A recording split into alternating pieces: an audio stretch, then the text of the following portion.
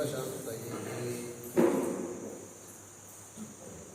गुरुर्ब्रह्मा गुरुर्विष्णुः गुरुर्देवो महेश्वरः गुरुः साक्षात् परब्रह्म तस्मै श्रीगुरवे नमः। कस्तूरीतिलकं ललाटपटले वक्षस्थले कौस्तुभं नासाग्रे वरमौक्तिकं करतले वेणुकरे कङ्कणं सर्वाङ्गे हरिचन्दनं च सुललितं कण्ठे च मुक्तामणि गोपस्त्री परिवेष्टितो विजयते गोपालचूडामणि अस्ति स्वस्तरुणी कराग्रविकलत्कल्पप्रसूनाप्रदं हस्तन्यस्तनं स्तुप्रस्तुतवेदुनादरव्याकुलं स्रस्तनिबद्धनीविलसद्गोपी सहस्रावनं हस्तन्यस्तनिताववत्कमखिलोदारं किशोराकृति जन्माद्यस्येतोन्मयादितरतश्चार्थेष्वविज्ञस्वराट् वेदे ब्रह्महृदाय आदिकवये नित्यं दिगित्सूरयः तेजो वारिमृदां यथा विनिमयो यत्र त्रिसर्गो मृषा धाम्ना स्वेन सदा निरस्तकुहकं सत्यं परं धीमहि। नमो भगवते वासुदेवाय। श्रीगुरुभ्यो नमः। ಕಸ್ತೂರಿ ತಿಲಕಂ ಲಲಾಟಪಟಲೆ ಆ ಶ್ಲೋಕದಲ್ಲಿ ನಾನು ಇಷ್ಟು ದಿವಸ ಸುವಿರಂ ಹೇಳ್ತಾ ಸುವಿಮನಂ ಅಂತ ಹೇಳ್ತಾ ಇದ್ದೆ. ಸುಲಲಿತಂ ಅಂತ ಹೇಳಬೇಕು. ಆ ಒಂದು ಪಾಠವೂ ಇದೆ, ಈ ಪಾಠವೂ ಇದೆ. ಎರಡು ಪಾಠ ಇದೆ. ಸುವಿಮನಂ ಅನ್ನೋದು ಪಾಠ ಇದೆ, ಸುಲಲಿತಂ ಅನ್ನೋದು ಪಾಠ ಇದೆ. ತಿಳ್ಕೊಳ್ಳಿ, ಅರ್ಥವನ್ನು ಹೇಳಿದ್ದಾರೆ ಅವರು, ಚೆನ್ನಾಗಿ ಗೊತ್ತಿದೆ. ಆ ಭಗವಂತ ಹೇಗೆ गोपस्त्री परिवेष्टित गोपाल चूड़ामणि और गोपिकास्त्री गोपाल चूड़ामणियाಗಿ ಶ್ರೇಷ್ಠನಾಗಿ ಚೂಡಾಮಣಿಯಂತೆ ವಿರಾಜಮಾನನಾಗಿದ್ದಾನೆ ಅನ್ನುವಂಥ ಅರ್ಥ. ಈಗ ಎಲ್ಲ ಭಗವದ್ಭಕ್ತರು ವಿನಂತಿ, ಭಾಗವತ ಸಪ್ತಾಹದ 6ನೇ ದಿವಸದ ಪ್ರವಚನ ಕಾರ್ಯಕ್ರಮ. ಕಥೆ ಇನ್ನೂ ತುಂಬ ಉಳಿದಿದೆ. ಆದಷ್ಟು ಪೂರ್ಣವಾಗಿ ಹೇಳುವಂತಹ ಪ್ರಯತ್ನ ಮಾಡ್ತೀನಿ. ನಿನ್ನೆ ಪ್ರಹ್ಲಾದ ಚರಿತ್ರೆಯನ್ನು ನೋಡಿದ್ವಿ. ಆ ಪ್ರಹ್ಲಾದ ಭಾಗವತೋತ್ತಮ ಯಾವ ರೀತಿ ಆ ಭಗವಂತನನ್ನು ಆರಾಧನೆ ಮಾಡ್ದ, ಯಾವ ರೀತಿ ಅವನಿಗೆ ಗರ್ಭದಿಂದಲೇ ಆ ಸಂಸ್ಕಾರ ಬಂದಿತ್ತು. ಆಮೇಲೆ ಅವನಿಗೆ ಎಷ್ಟು ಪರೀಕ್ಷೆ ಬಂದರೂ ಕೂಡ ಯಾವ ಪರೀಕ್ಷೆಗೂ ಕೂಡ ಜಗ್ಗದೆ ಅವನ ತಂದೆಯೇ ಅವನು ಬೇಕಾದಷ್ಟು ಕಷ್ಟಪಡ್ತಾನೆ. ಅದನ್ನು ಬಿಡಿಸೋಕ್ಕೋಸ್ಕರ ಪ್ರಯತ್ನ ಮಾಡ್ತಾನೆ. ಯಾವುದಕ್ಕೂ ಜಗ್ಗದೆ ಭಗವಂತನನ್ನು ಬಿಡಲಿಲ್ಲ. ಭಗವಂತನ ನಾಮಸ್ಮರಣೆಯನ್ನು, ಭಗವಂತನ ಭಕ್ತಿಯನ್ನು, ಭಗವಂತನ ನೋಡ್ಕೊಳ್ಳೋದನ್ನ ಬಿಡಲಿಲ್ಲ. ಆ ಕಾರಣದಿಂದ ಭಗವಂತ ಪೂರ್ಣವಾಗಿ ಅವನು ಕಾಪಾಡ್ದ. ಕೊನೆಗೆ ಯಾರು ಆ ಭಗವದ್ಭಕ್ತನಾದ ಭಾಗವತೋತ್ತಮನಿಗೆ ಕಷ್ಟವನ್ನು, ಅವನಿಗೆ ದುಃಖವನ್ನು ಕೊಡೋ ಪ್ರಯತ್ನ ಪಟ್ಟರು, ಅಂತಹ ತಂದೆಯಾದರೂ ಕೂಡ ಅವನಿಗೂ ಕೂಡ ಆ ಭಗವಂತ ನರಸಿಂಹಾವತಾರದಿಂದ ಬಂದು ವಧೆ ಮಾಡ್ತಾನೆ. ಇದು ಪ್ರಹ್ಲಾದ ಚರಿತ್ರೆ. ಇದಾದ ಮೇಲೆ ಮತ್ಸ್ಯಾವತಾರದ ಕಥೆ ಹೇಳಿದೆ. ಮಧ್ಯೆ ಇನ್ನೊಂದು ಕಥೆ ಇದೆ, ಅದನ್ನು ಬಿಟ್ಟು ಹೋಗಿಬಿಟ್ಟೆ. ವಾಮನಾವತಾರದ ಕಥೆ ಹೇಳಬೇಕಾಗಿತ್ತು. ವಾಮನಾವತಾರದ ಕಥೆ ಆದಮೇಲೆ ಮತ್ಸ್ಯಾವತಾರದ ಕಥೆ. ಭಾಗವತದಲ್ಲಿ ಬರುವಂಥ ಕ್ರಮ ಹಾಗೆ. ನಾವು ಲೋಕದಲ್ಲಿ ಮತ್ಸ್ಯ, ಕೂರ್ಮ, ವರಾಹ ಅಂತ ಹೀಗೆ ಹೇಳ್ತೀವಿ. ಭಾಗವತದಲ್ಲಿ ಮೊದಲು ಆರಂಭ ಆಗೋದು ವರಾಹ ಅವತಾರ ಕಥೆ ಇದೆ. ಮೊದಲು ಆರಂಭ ಆಗೋದು ವರಾಹ ಅವತಾರ. ಈಗ ವಾಮನಾವತಾರದ ಕಥೆ. ಸಾಮಾನ್ಯವಾಗಿ ಕಥೆ ಗೊತ್ತಿದೆ ಇವರು. ಏನು, ಇಂದ್ರಾದಿ ದೇವತೆಗಳೆಲ್ಲ ಆ ಅಮೃತವನ್ನು ಕೊಡ್ತು. ಅಲ್ಲಿ ಅಮೃತವನ್ನು ಕುಡಿಯುವಾಗ ದೇವತೆಗಳು ಹಸುರು ಕೂಡ ಇಬ್ಬರು ಕೂಡ ಯೋಚನೆ ಮಾಡಿಕೊಂಡು ವಾಸುಕಿಯನ್ನೇ ಕಡವುಲಾಗಿ ಮಾಡಿಕೊಂಡು ಸಾಗರವನ್ನು ಮಂಥನ ಮಾಡ್ತಾರೆ. ಸಾಗರವನ್ನು ಮಂಥನ ಮಾಡಿ ಮಂದರವನ್ನೇ ಕಡೆಗೊಳನ್ನು ಮಾಡಿ ಮಂದರಾಚರ ಮಂದರಹಿ ಅದನ್ನೇ ಕಡೆಗೊಳನ್ನು ಮಾಡಿಕೊಂಡು ಕಡಿತಾರೆ. ಆ ಕಡೆದ ಮೇಲೆ ಬೇಕಾದಷ್ಟು ಬರುತ್ತೆ. ಅದರಲ್ಲಿ ಅಮೃತವನ್ನು ಭಗವಂತ ತನ್ನ ಮೋಹಿನಿ ರೂಪದಿಂದ ರಾಕ್ಷಸರನ್ನೆಲ್ಲ ವಂಚಿಸ್ತಾ ಸಜ್ಜನರಾದಂತಹ ದೇವತೆಗಳಿಗೆ ಅಮೃತವನ್ನು ಕೊಡಿಸ್ತಾನೆ. ಆ ಅಮೃತ ಪಾನ ಮಾಡುತ್ತೆ. ಅಲ್ಲೂ ಕೂಡ ಭಗವಂತ ವರಾಹ ಕೂರ್ಮಾವತಾರವನ್ನು ಮಾಡಿ ಆ ಮಂದರಗಿರಿ ಕಡಿತಾ ಇರುವ ಕೆಳಗೆ ಹೋಗ್ಬಿಡುತ್ತೆ, ಸಮುದ್ರ ಮುಳುಗಿ ಹೋಗ್ಬಿಟ್ಟಿರುತ್ತೆ.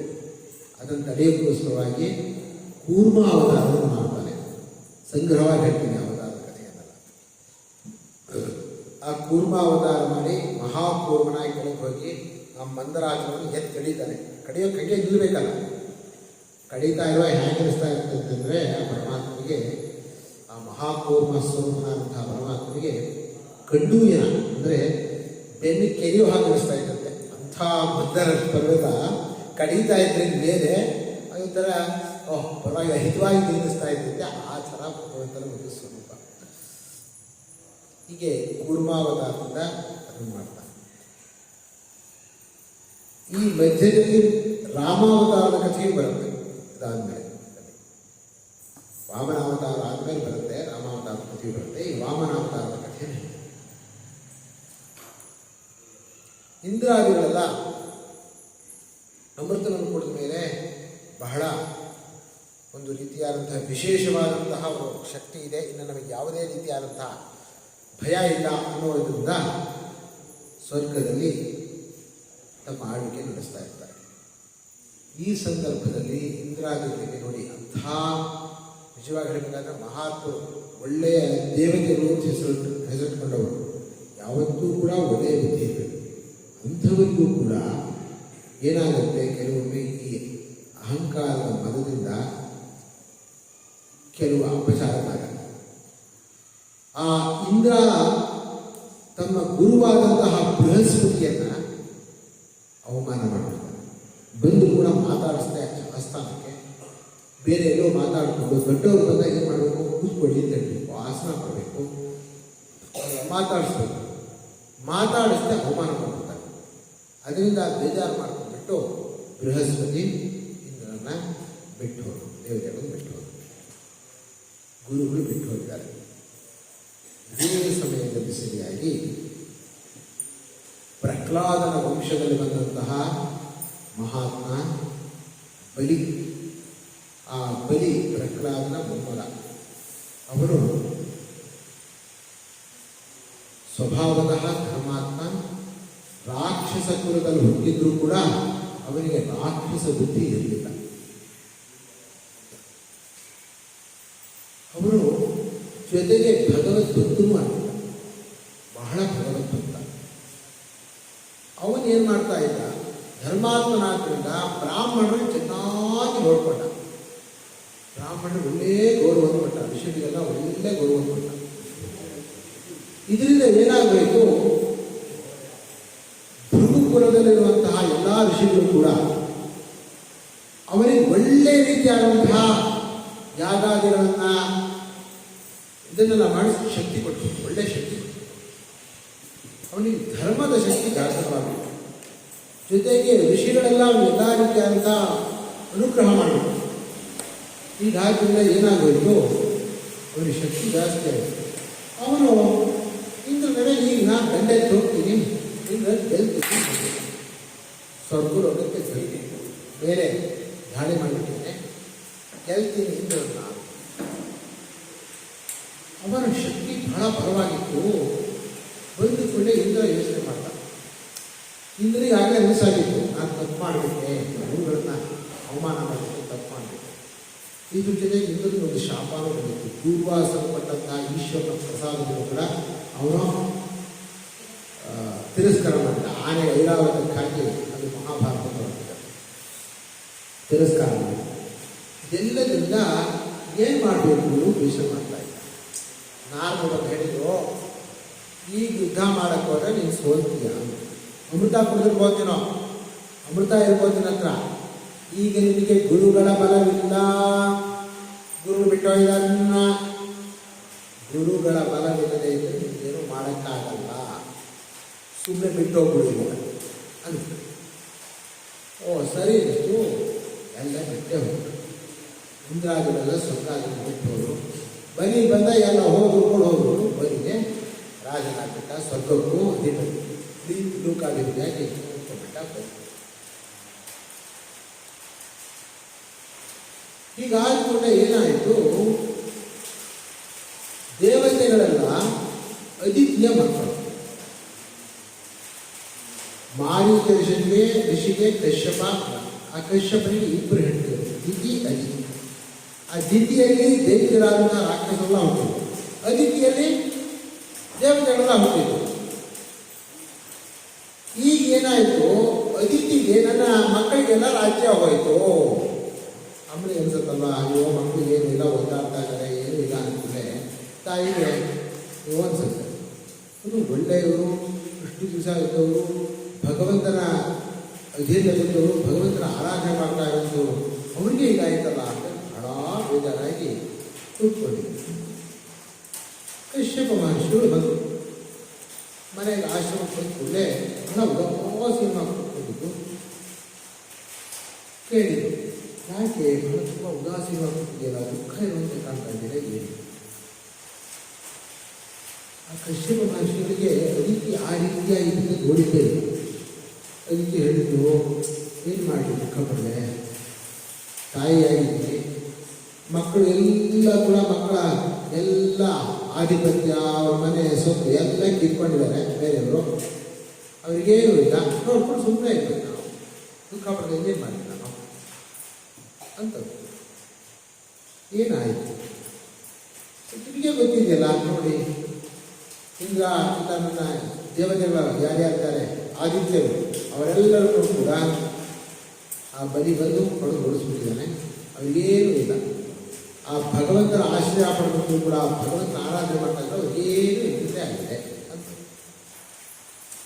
ಮುಂದನಿಗೆ ಗುರುಗಳ ಆಶ್ರಯ ಇದ್ದು ಕೂಡ ತಾಯಿಯ ಆಶೀರ್ವಾದ ಇತ್ತು. ಅದನ್ನ ಬದುಕೊಂಡ, ಇಲ್ಲದೇ ಇದ್ರೆ ಗೊತ್ತಾಗ್ತಿರ್ಲಿಲ್ಲ. ಒಂದು ಕೂಡಲೇ ಆಗ ಏನು ಮಾಡಬೇಕು ಅಂತ ಖುಷಿ. ನೀವು ಅದನ್ನು ಅವ್ರಿಗೆ ಕೊಡಿಸೋ ಹಾಗೆ ಮಾಡಬೇಕು ನನಗೆ ಗೊತ್ತಿಲ್ಲ. ಇದುವರೆಗೆ ನಾನು ನಿಮ್ಮನ್ನು ಏನು ಕೇಳಿಲ್ಲ. ನೀವು ನನ್ನ ಮಕ್ಕಳಿಗೆ ಮತ್ತೆ ಪುನಃ ರಾಜ್ಯ ಸಿದ್ಧವಾಗಿ ಮಾಡಬೇಕು. ಕಶ್ಯಪರು ಯೋಚನೆ ಮಾಡಿ, ಇದು ಬಹಳ ಕಷ್ಟ. ರಾಕ್ಷಸರು ದುಷ್ಟರಾಗಿದ್ದರೆ ವಧೆ ಮಾಡ್ಬೋದಿತ್ತು, ವಧೆ ಮಾಡ್ಬೋದು. ಹಿರಣ್ಯಕಶಿಪು ದುಷ್ಟನಾಗಿದ್ದ, ಭಗವಂತ ನರಸಿಂಹ ಅವತಾರ ಮಾಡಲ, ವಧೆ ಮಾಡಿ. ಹಿರಣ್ಯಾಕ್ಷ ವರಾಹ ರೂಪದಿಂದ ವಧೆ ಮಾಡೋದು. ರಾಕ್ಷಸರಾಗಿ ದುಷ್ಟರಾಗಿದ್ದರೆ ಅಂಥವನ್ನ ಭಗವಂತ ವಧೆ ಮಾಡ್ತಾನೆ. ಇವನು ನೋಡಿದ್ರೆ ದುಷ್ಟ ಅಲ್ಲೇ ಇಲ್ಲ, ಇವನು ಬರೀ ಧರ್ಮಾತ್ಮ, ಧರ್ಮದಿಂದ ಆಳ್ತಾನೆ. ಇವನ್ನ ಹೇಗೆ ಓಡಿಸೋದು, ಹೇಗೆ ಒಳ್ಳೆಯವರು ಓಡಿಸೋದಕ್ಕಾಗಲ್ಲ. ಜೊತೆಗೆ ಭಗವದ್ ಭಕ್ತ ಬೇರೆ, ಭಗವಂತನ ಆರಾಧನೆ ಮಾಡ್ತಾನೆ. ಕಶ್ಯಪರು ಹೇಳಿದ್ರು, ಇದಕ್ಕೆ ನೋಡು ಒಂದು ಉಪಾಯ ಏನು, ನೀನು ಆ ಬಲಿಯನ್ನು ಓಡಿಸುವಂಥ ಮಗನನ್ನು ಪಡಿಬೇಕು. ಅಂಥ ಮಗ ಹುಟ್ಟಬೇಕಾದ್ರೆ ಭಗವಂತ ಏನು ಹೊಟ್ಟೆ ಹುಟ್ಟಬೇಕು, ಭಗವಂತ ಏನು ಹೊಟ್ಟೆ ಹುಟ್ಟಬೇಕು. ಭಗವಂತ ಏನು ಹೊಟ್ಟೆ ಹುಟ್ಟಬೇಕಾದ್ರೆ ಅದಕ್ಕೆ ಒಳ್ಳೆ ವ್ರತ ಮಾಡಿ. ಏನು ವ್ರತ? ಪಯೋವ್ರತ. ಪಯೋವ್ರತ 12 ದಿವಸ ಶುಕ್ಲ ಪಕ್ಷ ಹುಣ್ಣಿಮೆಯಿಂದ ಹಿಡಿದು 12 ದಿವಸ ಕೇವಲ ಹಾಲನ್ನೇ ಬಿಡ್ತಾ ಇರೋದು, ಬೇರೆ ಯಾವುದೂ ಅಷ್ಟೇ ಅಲ್ಲ. ಪಯೋವ್ರತ ಅಂದರೆ ಬರೀ ಇದು ತಿನ್ನುವುದರ ನಿಯಮ. ಇನ್ನು ಯಾವುದೇ ಬೇರೆ ಭಗವಂತನ ನಾಮ ಬಿಟ್ಟು ಬೇರೆ ಯಾವುದೂ ಕೂಡ ಉಚ್ಚಾರ ಮಾಡಬಾರ್ದು. ಭಯ ನೆಲದ ಮೇಲೆ ಮಲ್ಕೋಬೇಕು, 3 ಕಾಲ ಸ್ನಾನ ಮಾಡಬೇಕು, ಯಾವಾಗಲೂ ಶುಚಿಯಾಗಿರಬಾರ್ದು. ಬೆಳಿಗ್ಗೆ ಸಂಜೆ 2 ಹೊತ್ತು ಕೂಡ ಭಗವಂತನ ನಿರ್ಮಲವಾಗಿ ಪೂಜೆ ಮಾಡಬೇಕು. ಮಾಡಬೇಕು, ಆರಾಧನೆ ಮಾಡಬೇಕು. ಪ್ರತಿನಿತ್ಯ ಅವನಿಗೆ ಒಳ್ಳೆಯ ಗದ್ದೆಯನ್ನ ಗುಡಾನ ಇದನ್ನ ಇಟ್ಟು ಪರಮಾನಂದಕ್ಕೆ ಒಳ್ಳೆ ಚೆನ್ನಾಗಿ ಅವನಿಗೆ ಭಗವಂತನಿಗೆ ನೈವೇದ್ಯ ಮಾಡಬೇಕು ಎಲ್ಲ. ಇದು ಪಯೋವ್ರತ. ಹೀಗೆ ನೀನು ಮಾಡ್ತಾ ಇದ್ರೆ ನೋಡೋ ನೀನು ಅಂಥ ಮಗ ಹೋಗ್ತಾನೆ ಭಗವಂತ ಏನು ಹೋಗ್ತಾನೆ. ಇದ್ರ ಜೊತೆ ಹೇಳಿದ್ದು ಇದಷ್ಟೇ ಅಲ್ಲ, ಈ ಒಂದು ಮಂತ್ರ ಹೇಳ್ಕೊಡ್ತೀನಿ, ಆ ಮಂತ್ರವನ್ನು ಜಪಿಸ್ಬೇಕು ಅಂದಾಗ. ಏನು ಮಂತ್ರ ಅಂತಂದರೆ ಓದಿ. ಏನು ಮಂತ್ರ ಅಂದರೆ ನಮಸ್ತುಭ್ಯಂ ಭಗವತೆ ಪುರುಷಾಯ ಮಹೀಯಸೆ ಸರ್ವಭೂತ ನಿವಾಸಾಯ ವಾಸುದೇವಾಯ ಸಾಕ್ಷಿಣೆ ನಮೋ ವ್ಯಕ್ತಾಯ ಸೂಕ್ಷ್ಮಾಯ ಪ್ರಧಾನ ಪುರುಷಾಯ ಚತುರ್ವಿಂಶತ್ ಗುಣಜ್ಞಾಯ ಗುಣಸಂಖ್ಯಾನ ಹೇತವೇ ನಮೋ ದ್ವಿಶೀರ್ಷೆ ತ್ರಿಪದೇ ಚತುಶೃಂಗಾಯ ತತ್ವೇ ಸಪ್ತಹಸ್ತಾಯ ಯಜ್ಞಾಯ ತಲೀವಿದ್ಯಾತ್ಮನೇ ನಮಃ. ನಮಃ ಶಿವಾಯ ರುದ್ರಾಯ ನಮಃ ಶಕ್ತಿಧರಾಯ ಸರ್ವವಿದ್ಯಾಧಿಪತೆ ಭೂತಾನಾಂ ಪತಯೇ ನಮಃ. ನಮೋ ಹಿರಣ್ಯಗರ್ಭಾಯ ಪ್ರಾಣಾಯ ಜಗದಾತ್ಮನೆ ಯೋಗೀಶ್ವರಿ ಶರೀರಾಯ ನಮಸ್ತೆ ಭೂತಹೇತವೇ ನಮಸ್ತೆ ಆದಿದೇವಾಯ ಸಾಕ್ಷಿಭೂತಾಯ ನಮಃ. ನಾರಾಯಣಾಯ ಋಷೇ ನರಾಯ ಹರಯೇ ನಮಃ. ನಮೋ ಮರಕತಶ್ಯಾಮೋ ಭುಜೇ ನಿಗತಶ್ರೀಯೇ ಕೇಶವಾಯ ನಮಸ್ತುಭ್ಯಂ ನಮಸ್ತೆ ಪೀತವಾಸಸೇ ತ್ವಂ ಸರ್ವವರದಃ ಪುಂಸಾಂ ವರೇಣ್ಯವರದರ್ಶವ ಅತಸ್ತೆ ಶ್ರೀಧೀರಾ ಪಾದರೇಣ ಉಪಾಸತೆ ಅಂತ ಹೇಳ್ತಾ ಅವನು ಪ್ರಾರ್ಥನೆ ಮಾಡ್ತಾ ಈ ಭಗವಂತ ಈ ಶ್ಲೋಕಗಳಿಂದ ಪ್ರತಿನಿತ್ಯ ಆರಾಧನೆ ಮಾಡ್ತಾ ಇರ್ತೀನಿ ಅಂತ ಹೇಳಿ. ಈ ರೀತಿ ನೀನು ಮಾಡಿದರೆ ಇಲ್ಲಿ ಖಂಡಿತ ಅಂಥ ಹುಟ್ಟುತ್ತಾರೆ. ಆಯಿತು ಮಾಡ್ತೀನಿ. ಅದೇ ರೀತಿಯಾಗಿ ಆ ಪಯೋವ್ರತವನ್ನು ಆಚರಣೆ ಮಾಡಿದ್ರು. ಎಷ್ಟೋ ಬರೀ 12 ದಿವಸ ಅಷ್ಟೇ ಅಲ್ಲ, 12 ಅದೇ ಪ್ರಕಾರ ಮತ್ತೆ 12 ಶುಕ್ಲ ಪಕ್ಷಕ್ಕೆ ಹೀಗೆ 12 ಮಾಡ್ತಾ ಇರಬೇಕು. 6 ತಿಂಗಳನ್ನೇ ಮಾಡಬೇಕು, ಸುಮ್ಮನೆ ಹಾಗೆ ಮಾಡೋಕ್ಕಾಗಲ್ಲ ಅಂತ ಹೇಳ್ಬಿಟ್ಟು ಹೇಳಿ ಮಾಡ್ತಾ ಆಯ್ತು. ಬಹಳ ಚೆನ್ನಾಗಿ ವ್ರತ ಮಾಡಬೇಕು. ಒಂದು ಸ್ವಲ್ಪನೂ ಚಾಚು ತಪ್ಪದೆ ವ್ರತ ಮಾಡಿದ ಮೇಲೆ ಕಶ್ಯಪರಿಗೆ ಬಹಳ ಸಂತೋಷ ಆಯಿತು. ಒಳ್ಳೆಯ ಒಂದು ಉತ್ತಮವಾದಂತಹ ಒಂದು ಕಾಲದಲ್ಲಿ ಅವರಿಬ್ಬರು ಕೂಡ ಸಂಗಮವನ್ನು ಮಾಡಿದರು. ಭಗವಂತ ಆ ಗರ್ಭವನ್ನು ಪ್ರವೇಶ ಮಾಡಿ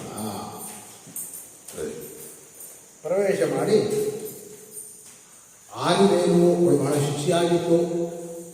ಭಗವಂತ ಆಮೇಲೆ 9 ತಿಂಗಳಾದ್ಮೇಲೆ ಹುಟ್ಟಿದ, ಅವತಾರ ಮಾಡಿದಾಗ ಆ ಭಗವಂತನ ಎಲ್ಲೆಲ್ಲಿ ಭಗವಂತನ ಅವತಾರ ಬರುತ್ತೋ ಅಲ್ಲೆಲ್ಲ ಅತ್ಯಂತ ಉತ್ಫುಲ್ಲವಾದಂತಹ ಒಂದು ವಾತಾವರಣ. ಎಲ್ರಿಗೂ ಸಂತೋಷ, ಎಲ್ರಿಗೂ ಆನಂದ, ಅವರಿಗೂ ಸಂತೋಷ ವಿಶೇಷವಾದಂತಹ ಈ ರೀತಿಯಾದಂತಹ ಆನಂದದಿಂದ ಭಗವಂತ ಅವತಾರ ಮಾಡಿದ. ವಾಮನ ವಟುವಾಗಿ ಅವತಾರ ಮಾಡಿದ.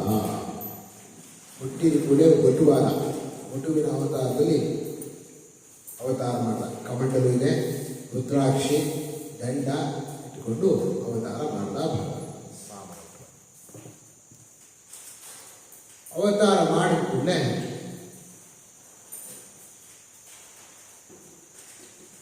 ಹೇಳಿದ ಅಮ್ಮನ ಹತ್ರಮ್ಮ ಏನು ಮಾಡಬೇಕು ಅಂತ.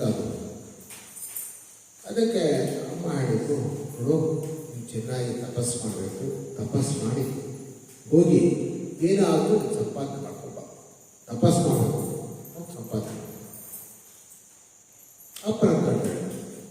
ಅಪ್ಪ ಹೇಳಿದ್ರು, ಹೋಗು ಎಲ್ಲಾದರೂ ಯಜ್ಞಯಾಗಗಳು ನಡೀತಾ ಇರುತ್ತೆ, ಯಜ್ಞಯಾಗದಲ್ಲಿ ಹೋದರೆ ಏನು ಸಿಗುತ್ತೋ ಅದನ್ನು ಸಂಪಾದನೆ ಮಾಡ್ಕೊಬ, ಹೋಗು ತಪಸ್ಸು ಮಾಡು. ಹೋಗಿ ತಪಸ್ಸು ಮಾಡ್ತಾ ಇದ್ದ. ಆ ತಪಸ್ಸು ಮಾಡುವಂಥ ಜಾಗ ಯಾವ್ದು ಗೊತ್ತಾ? ಸಿದ್ಧಾಶ್ರಮ. ರಾಮಾಯಣದಲ್ಲಿ ಬರುತ್ತೆ ಸಿದ್ಧಾಶ್ರಮ ಅಂತ. ವಿಶ್ವಾಮಿತ್ರ ಋಷಿಗಳು ರಾಮನಿಗೆ ತೋರಿಸ್ತಾರೆ, ಸಿದ್ಧಾಶ್ರಮ ಇದೆ, ರಾಮನ ತಪಸ್ಸು ಮಾಡಿದ್ದು. ಆ ಸಿದ್ಧಾಶ್ರಮದಲ್ಲಿ ತಪಸ್ಸು ಮಾಡ್ತಾ ಇದ್ದ. ತಪಸ್ಸು ಮಾಡ್ತಾ ಛತ್ರಿ ನಾವು ಹೇಳ್ಕೊಂಡು ಹೇಳಿದ್ದಾರೆ ಅಪ್ಪ ಅಮ್ಮ ಎಲ್ಲ ಹೋಗಬೇಕು ಅಂತ ಯೋಚನೆ ಮಾಡ್ದ. ಗೊತ್ತಾಯಿತು ಬಲಿ ಚಕ್ರವರ್ತಿ ದೊಡ್ಡ ಯಜ್ಞ ಮಾಡ್ತಾ ಇದ್ದಾನೆ ಗೊತ್ತಾಯಿತು. ಬಹಳ ದೊಡ್ಡ ಯಜ್ಞ ಮಾಡ್ತಾ ಇದ್ದಾನೆ. ಸರಿ ಹೋಗ್ಬೇಕು ಮಾಯಾ ಬಿಟ್ಟು ಹೊರಟ. ಬಲಿ ಚಕ್ರವರ್ತಿ ಏಕೈಕ ಹೋಗ್ತಾ ಇದ್ದಾನೆ. ಪುಟಾಣಿ ರಾಮನ ಕೈ ದಂಡ ಕಮಂಡಲು ಹಿಡ್ಕೊಂಡು ರುದ್ರಾಕ್ಷಿಯನ್ನು ಧರಿಸ್ಕೊಂಡು ಯಜ್ಞ ಮಂಟಪಕ್ಕೆ ಪ್ರವೇಶ ಮಾಡಬೇಕು. ಅವನು ಬರ್ತಾ ಇದ್ದ ಹಾಗೆ ಎಲ್ಲ ಕಡೆಯಲ್ಲೂ ಬೆಳಕು ಬಂದಂಗೆ ಆಯ್ತಂತೆ. ಸೂರ್ಯನೇ ಬರ್ತಾ ಇರೋ ಹಾಗೆ ಬರ್ತಾ ಇದ್ದಾನೆ ಒಳಗೆ. ಬಂದು ಕೂಡಲೇ ಅಲ್ಲಿದ್ದ ಋಷಿಗಳೆಲ್ಲ ಎದ್ದಿತ್ಕೊಂಡ್ರಂತೆ. ನೋಡಕ್ಕೆ ಪುಟ್ಟ ವಾಮನ ಅದರ ತೇಜಸ್ ಎಂಥ ತೇಜಸ್ಸಿದೆ ಅವರಿಗೆ, ಸೂರ್ಯನ ತೇಜಸ್ಸಿದೆ. ಬೆಳಗ್ಗೆ ಬಂದಂಗಾಯ್ತು, ಎಲ್ಲ ನಿಂತ್ಕೊಂಡ್ರು. ಮಹಾತ್ಮ ಯಾರೋ ಹೋಗ್ತಾ ಇದ್ರಪ್ಪ, ನಿಂತ್ಕೊಂಡ್ರು ಕೂಡಲೇ ಎಲ್ಲ ನಿಂತ್ಕೊಂಡು ಕೂಡ ರಾಜ ನೋಡೋದು, ಯಾರೋ ಒಬ್ಬ ಮಹಾತ್ಮ ಬರ್ತಾ ಇದ್ದಾನೆ, ಭಾಳ ಚೆನ್ನಾಗಾಯ್ತು, ಯಜ್ಞ ಮಾಡ್ತಾ ಇದ್ದೀನಿ, ಒಳ್ಳೆ ಸಮಯದಲ್ಲೇ ಬರ್ತಾ ಇದ್ದಾನೆ, ಸಂತೋಷ ಆಗ್ಬಿಟ್ಟು, ಭಾಳ ಸಂತೋಷ ಆಗ್ಬಿಟ್ಟು. ಬರಿಗೆ ಬಂದು ಕೂಡಲೇ ಕಾಲು ತೊಳ್ದ, ಕೈಗೆ ಅರ್ಘ್ಯ ಕೊಟ್ಟ, ಎಲ್ಲ ಕೊಟ್ಟು ಆಸನಾದಿಗಳನ್ನೆಲ್ಲ ಕೊಟ್ಟು ಕೂರಿಸ್ಬಿಟ್ಟು ಉಪಚಾರವನ್ನೆಲ್ಲ ಮಾಡಿ ಆಮೇಲೆ ನಿಧಾನಕ್ಕೆ ಆಹಾರ ಮಾಡ್ಕೊಳ್ಳಿ ಅಂತೇಳಿ ಎಲ್ಲ ಹೇಳ್ಬಿಟ್ಟು ಹೇಳ್ತಾ ಇದ್ದಾರೆ. ಬಲಿ ಚಕ್ರವರ್ತಿ, ಬಂದಿದ್ದೀರಿ ನೀವು ಮಹಾತ್ಮರು, ನನಗೆ ಯಜ್ಞಾನೇ ಸಮೃದ್ಧಿ ಆಯಿತು. ಇಂಥ ದೊಡ್ಡವರು ಬಂದ ಮೇಲೆ ನಿಮ್ಮಂಥವ್ರು ವಾಮನ ಪುಟ್ಟನಾಗಿದ್ದಾನೆ, ಅವನ ತೇಜಸ್ಸಂತ ಕಾಣ್ತಾ ಇದೆ. ನನ್ನ ಯಜ್ಞ ಸಮೃದ್ಧವಾಯಿತು, ಸಫಲವಾಯಿತು, ನನ್ನ ಜೀವನ ಸಫಲವಾಯಿತು ಅಂತ ಹೇಳಿಬಿಟ್ಟು ಆ ವಾಮನಿಗೆ ಹೇಳ್ತಾ ಇದ್ದಾನೆ.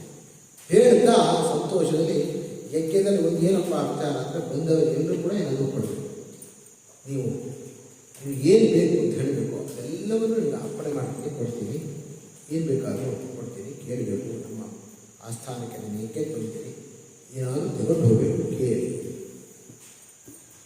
ಆಗ ಒಟ್ಟು ವಾಮನ ಅಲ್ಲ ಕೇಳಿ ಅಂತ ಹೇಳ್ತಾ ಇದೆಯಾ ಮಹಾರಾಜ, ನಾನು ಬ್ರಹ್ಮಚಾರಿ ಅಂತ ಹೇಳಬೇಕಾದ್ರೆ ನನಗೇನು ಅಷ್ಟೇನು ಬೇರೆ ಏನು ಬೇಕಾಗಿಲ್ಲ. ಆ ಬಲಿಚಕ್ರವರ್ತಿ ಕೇಳ್ತಾ ಇದ್ದಾನೆ, ಆಗಲಿ ಪರವಾಗಿಲ್ಲ, ಕೇಳಿ, ಏನು ಬೇಕಾದರೂ ಕೇಳಿ, ಸಂಪತ್ತು ಬೇಕಾ, ದುಡ್ಡು ಬೇಕಾ, ಹಸು ಬೇಕಾ, ಏನು ಬೇಕು ಕೇಳಿ, ಎಲ್ಲ ಕೊಡ್ತೀನಿ.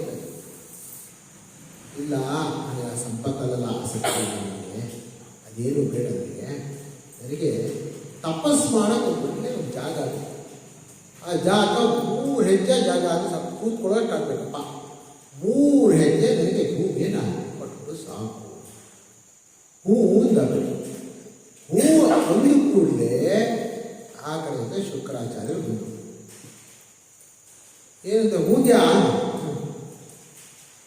ಹೂವನ್ನು ಬೇಡ, ಬಂದಿರೋದು ಯಾರು ಗೊತ್ತಾ, ಸಾಕ್ಷಾತ್ ಪರಮಾತ್ಮ ವಿಷ್ಣು ನಾರಾಯಣ ಬಂದಿರೋದು. ಎಲ್ಲ ಕಿತ್ಕೊಂಡ್ಬಿಡ್ತಾರೆ, ನಿಂದು ಎಲ್ಲ ಹೋಗುತ್ತೆ, ಅಷ್ಟನ್ನು ಕಿತ್ಕೊಂಡು ದೇವತೆಗಳಿಗೆ ಕೊಡಿಸೋಕ್ಕೋಸ್ಕರ ಬಂದಿದ್ದಾನೆ. ಮಾಯಾ ವಟು ಇವನು, ನಿಜವಾಗಿ ವಟು ಅಲ್ಲ, ನಾರಾಯಣನೇ ವಟುವಾಗಿ ಬಂದಿರೋನು. ಕೊಡಬೇಡ ಹೇಳ್ತಾ ಇದ್ದೀನಿ. ಒಂದು ಕಿತ್ಕೊಳ್ಳೋದು ಒಂದು ಅಷ್ಟೇ ಅಲ್ಲ, ಇನ್ನೊಂದೇನಾಗಿತ್ತು ಗೊತ್ತಾ, ನೀವು ಕೊಡ್ತೀನಿ ಅಂತ ಹೇಳ್ತಿದ್ಯಲ್ಲ, ಈ ಕ್ಷಣಕ್ಕೆ ಇವನು ಮಹಾ ದೊಡ್ಡ ರೂಪವನ್ನು ತಗೊಂಡು ನಿನ್ನ ಮಾತನ್ನು ಕೂಡ ನಿನ್ನ ತಪ್ಪು ಹಾಗೆ ಮಾಡ್ತಾನೆ, ಇದು ಕೊಡಕ್ಕೂ ಆಗಲ್ಲ ಹಾಗೆ ಮಾಡಿರ್ತಾನೆ. ಕೊಡಕ್ಕೂ ಆಗಲೇ ಮಾತಿಗೆ ತಪ್ಪಿದಂತಹ ದೋಷ ಬರುತ್ತೆ ನಿನಗೆ ಹೇಳ್ತಾ ಇದ್ದೀನಿ. ಇದು ಬೇಡ, ಕೊಡಲ್ಲ ಅಂತೇಳಿ, ಆಗಲ್ಲ ಅಂತೇಳಿ ಬಲಿ ಚಕ್ರವರ್ತಿ ಹೇಳ್ತಾ ಇದ್ದಾನೆ.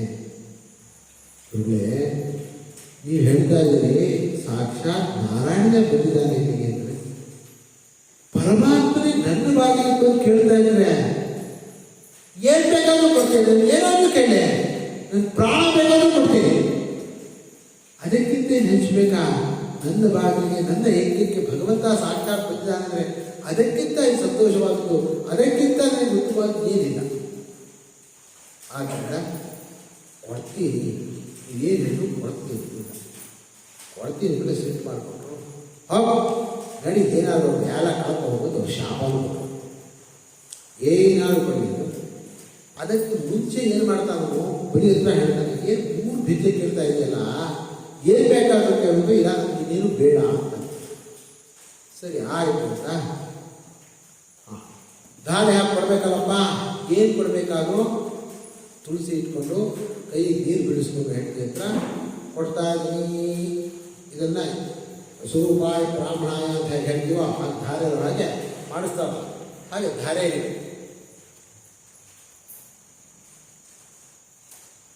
ಹಾಗೆ ಹೆಂಡತಿಯನ್ನು ಕರೆದ, ನೀರು ಬಿಡುವುದ, ಬಾಬನ ಕೈ ನೀರು ಬಿಡಿಸ್ಕೊಂಡು ತಾನು ತುಳಸಿ ಇಟ್ಕೊಂಡು ಕೈಗೆ ನೀರು ಬಿಟ್ಟಾದ ಕೂಡಲೇ ವಾಮನ, ಸರಿ ಆಯಿತು ಕೊಡ್ತೀಯ ಈಗ, ಸರಿ ಬೆಳೀತಾ ಇದ್ದಾನೆ ಈಗ ವಾಮನ. ಈಗ ವಾಮನ ಒಟ್ಟುವಲ್ಲ, ಈಗ ಯಾರೋ ತ್ರಿವಿಕ್ರಮನಾಗ್ಬಿಟ್ಟಿದ್ದಾನೆ. ಇಡೀ ವಿಶ್ವವನ್ನೆಲ್ಲ ವ್ಯಾಪಿಸ್ತಾ ಇದ್ದಾನೆ. ಬೆಳೆದ ಬೆಳೆದ ಬೆಳೆದ ಬೆಳೆದ ಹೇಗೆ ಬೆಳೀತಾ ಇದ್ದಾನೆ ಅಂದ್ರೆ ಅವನ ಸ್ವರೂಪದಲ್ಲಿ, ಅವನ ಶರೀರದಲ್ಲಿ ಸೂರ್ಯಚಂದ್ರಾದಿಗಳೆಲ್ಲ ಕಾಣ್ತಾ ಇದ್ದಾರೆ, ಸಮಸ್ತ ವಿಶ್ವ ಎಲ್ಲ ಕಾಣ್ತಾ ಇದೆ. ಬೆಳೆದ ಬೆಳೆದ ಬೆಳೆದ ಬೆಳೆದ ಅದ್ಭುತ ರೂಪವಾಗಿ ವಿಶ್ವರೂಪವಾಗಿ ಬೆಳೆದ್ಬಿಟ್ಟ. ಹಾಗೆ ಅರ್ಜುನನಿಗೆ ಭಗವಂತ ಭಗವದ್ಗೀತೆಯಲ್ಲಿ ವಿಶ್ವರೂಪ ತೋರಿಸಿದ್ನೋ ಅದೇ ರೀತಿ ಇಲ್ಲಿ ಭಗವಂತ ಆ ಬಲಿಗೆ ತ್ರಿವಿಕ್ರಮನಾಗಿ ವಿಶ್ವರೂಪವನ್ನೇ ತೋರಿಸ್ಬಿಟ್ಟ. ಭಾಗವತದ ವಿಶ್ವರೂಪ ಇದು. ವಿಶ್ವರೂಪನಾಗಿ ಬೆಳೆದ್ಬಿಟ್ಟ. ಬೆಳೆದು ಬಿಟ್ಟು ಬಲಿ ಚಕ್ರವರ್ತಿ ಕೊಡ್ತೀನಿ ಅಂತ ಹೇಳ್ತಾ ಇದೀಯಾ, ಮೊದಲನೇ ಹೆಜ್ಜೆ ನೋಡೋಣ. ಒಂದನೇ ಹೆಜ್ಜೆಗೆ ಭೂಮಿ ಎಲ್ಲ ಮುಗಿದೋಯ್ತು.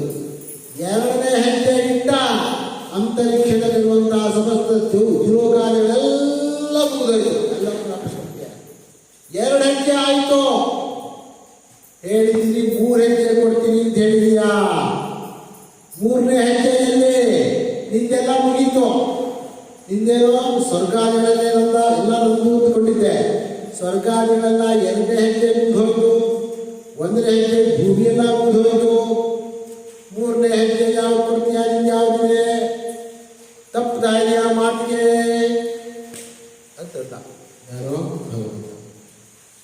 ಆಗ ಬಲಿ ಹೇಳ್ತಾ ಇದ್ದಾನೆ, ಭಗವಂತ ನೀನೇ ಸಾಕ್ಷಾತ್ ನನ್ನ ಹತ್ರ ಬಂದ ಮೇಲೆ ನಾನು ಮಾತಿಗೆ ತಪ್ಪಿದ್ರು ತಪ್ಪದೇ ಇದ್ರು ನಿನ್ನ ದರ್ಶನದ ಒಂದು ಸೌಭಾಗ್ಯ ಸಿಕ್ಕಿದ್ಮೇಲೆ ನನಗೆ ಯಾವತ್ತೂ ಕೂಡ ಕೆಟ್ಟಾಗಲ್ಲ. ಇಡು ನನ್ನ ತಲೆ ಮೇಲೆ ಇಡು, ಕಾಲ ಬೊಪ್ಪು ನನ್ನ ಹೆಗಲಿಗೆ ಕೊಡು. ಏನು ಶಿಕ್ಷೆ ಬೇಕಾದ್ರೂ ಕೊಡು. ನೀನೇ ಬಂದ್ಮೇಲೆ ನನ್ನ ಜೊತೆಗೆ ನಾನು ಯಾವ ಶಿಕ್ಷೆ ಕೊಡಬೇಕು ನಾನು ರೆಡಿ. ಏನು ಕೊಟ್ಟರು ರೆಡಿ. ಪ್ರಾಣ ಕೊಟ್ಟು ಪ್ರಾಣ ಕೊಟ್ಟು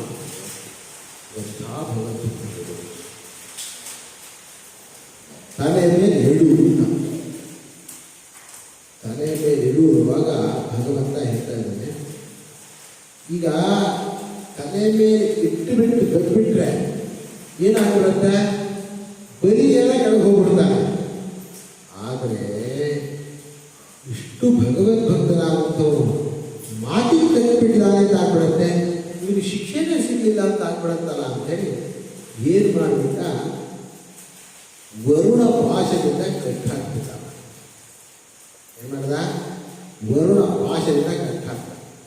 ಇದು ಒಂದು ರೀತಿಯ ಭಗವಂತನ ಅನುಗ್ರಹ. ಯಾಕೆ ಅಂತ ಹೇಳಿದರೆ, ಈಗ ಬೇರೆ ಯಾರು ಕೂಡ ಭಗವಂತನ ಬಿಟ್ಟು ಬೇರೆ ಯಾರು ಕೂಡ ಬದಿ ಬಗ್ಗೆ ಮಾತಾಡೋ ಅಧಿಕಾರ ಇಲ್ಲ. ಈಗ ತಪ್ಪಿರೋದು ಯಾರು? ನನ್ನ ಕೈಯಲ್ಲಿ ತಪ್ಪಿದ್ದಾನೆ ಮಾತನ್ನು, ನಾನು ಶಿಕ್ಷೆ ಕೊಡಬೇಕು. ಯಾರಿಗೆ ಮಾತು ಕೊಟ್ಟಿದ್ದಾನೋ ಅವ್ರು ಶಿಕ್ಷೆ ಕೊಡಬೇಕು. ಅವ್ರು ಏನು ಕೊಡ್ತಾರೋ ಅದರಿಂದ ಪೂರ್ಣವಾಗುತ್ತೆ ಅಂಥೇಳಿ ಬೇರೆಯವರ ಯಾವ ಮಾತಿಗೂ ಸಿಗದಂತೆ ತನ್ನ ಅಭಿಪ್ರಾಯ ಇಟ್ಕೊಳ್ಳೋಕ್ಕೋಸ್ಕರ ಗರುಡ ಪಾಶದಿಂದ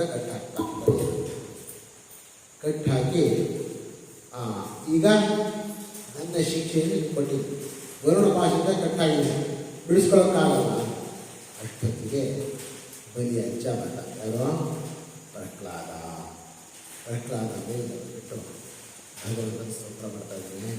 ಭಗವಂತ ನಿನ್ನ ಮೇಲೆ ಎಂಥದಪ್ಪ ನೀನೆ, ನಿನ್ನ ರೂಪ ಎಂಥದ್ದು, ನಿನ್ನನ್ನು ಯಾರಾದ್ರೂ ಗುರುತು ಮಾಡೋಕ್ಕಾಗತ್ತ?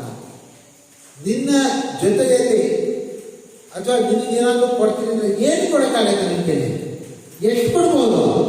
ಎಷ್ಟು ಕೊಟ್ಟರು ಎಲ್ಲ ನಿಂದ ಇರೋದೆಲ್ಲ. ಆ ಬಲಿ ಕೊಡುವಾಗ ಏನು ಒಂದು ಅಹಂಕಾರವಿತ್ತು, ಅಹಂಕಾರ ಹೋಗ್ಬಿಟ್ಟಿದೆ. ಈಗ ಆದ್ದರಿಂದ ಏನು ಕೊಡೋಕ್ಕಾಗಲ್ಲ. ನಿನ್ನ ಭಕ್ತರಾಗಿದ್ದಾನೆ ನನ್ನ ಮೊಮ್ಮಗ, ಅವನ್ನ ಹೇಗಾದರೂ ಮಾಡಿ ಉದ್ಧಾರ ಮಾಡು, ಕಾಪಾಡುವನ್ನ ಬೇಡ್ಕೊಂಡ. ಯಾರೋ?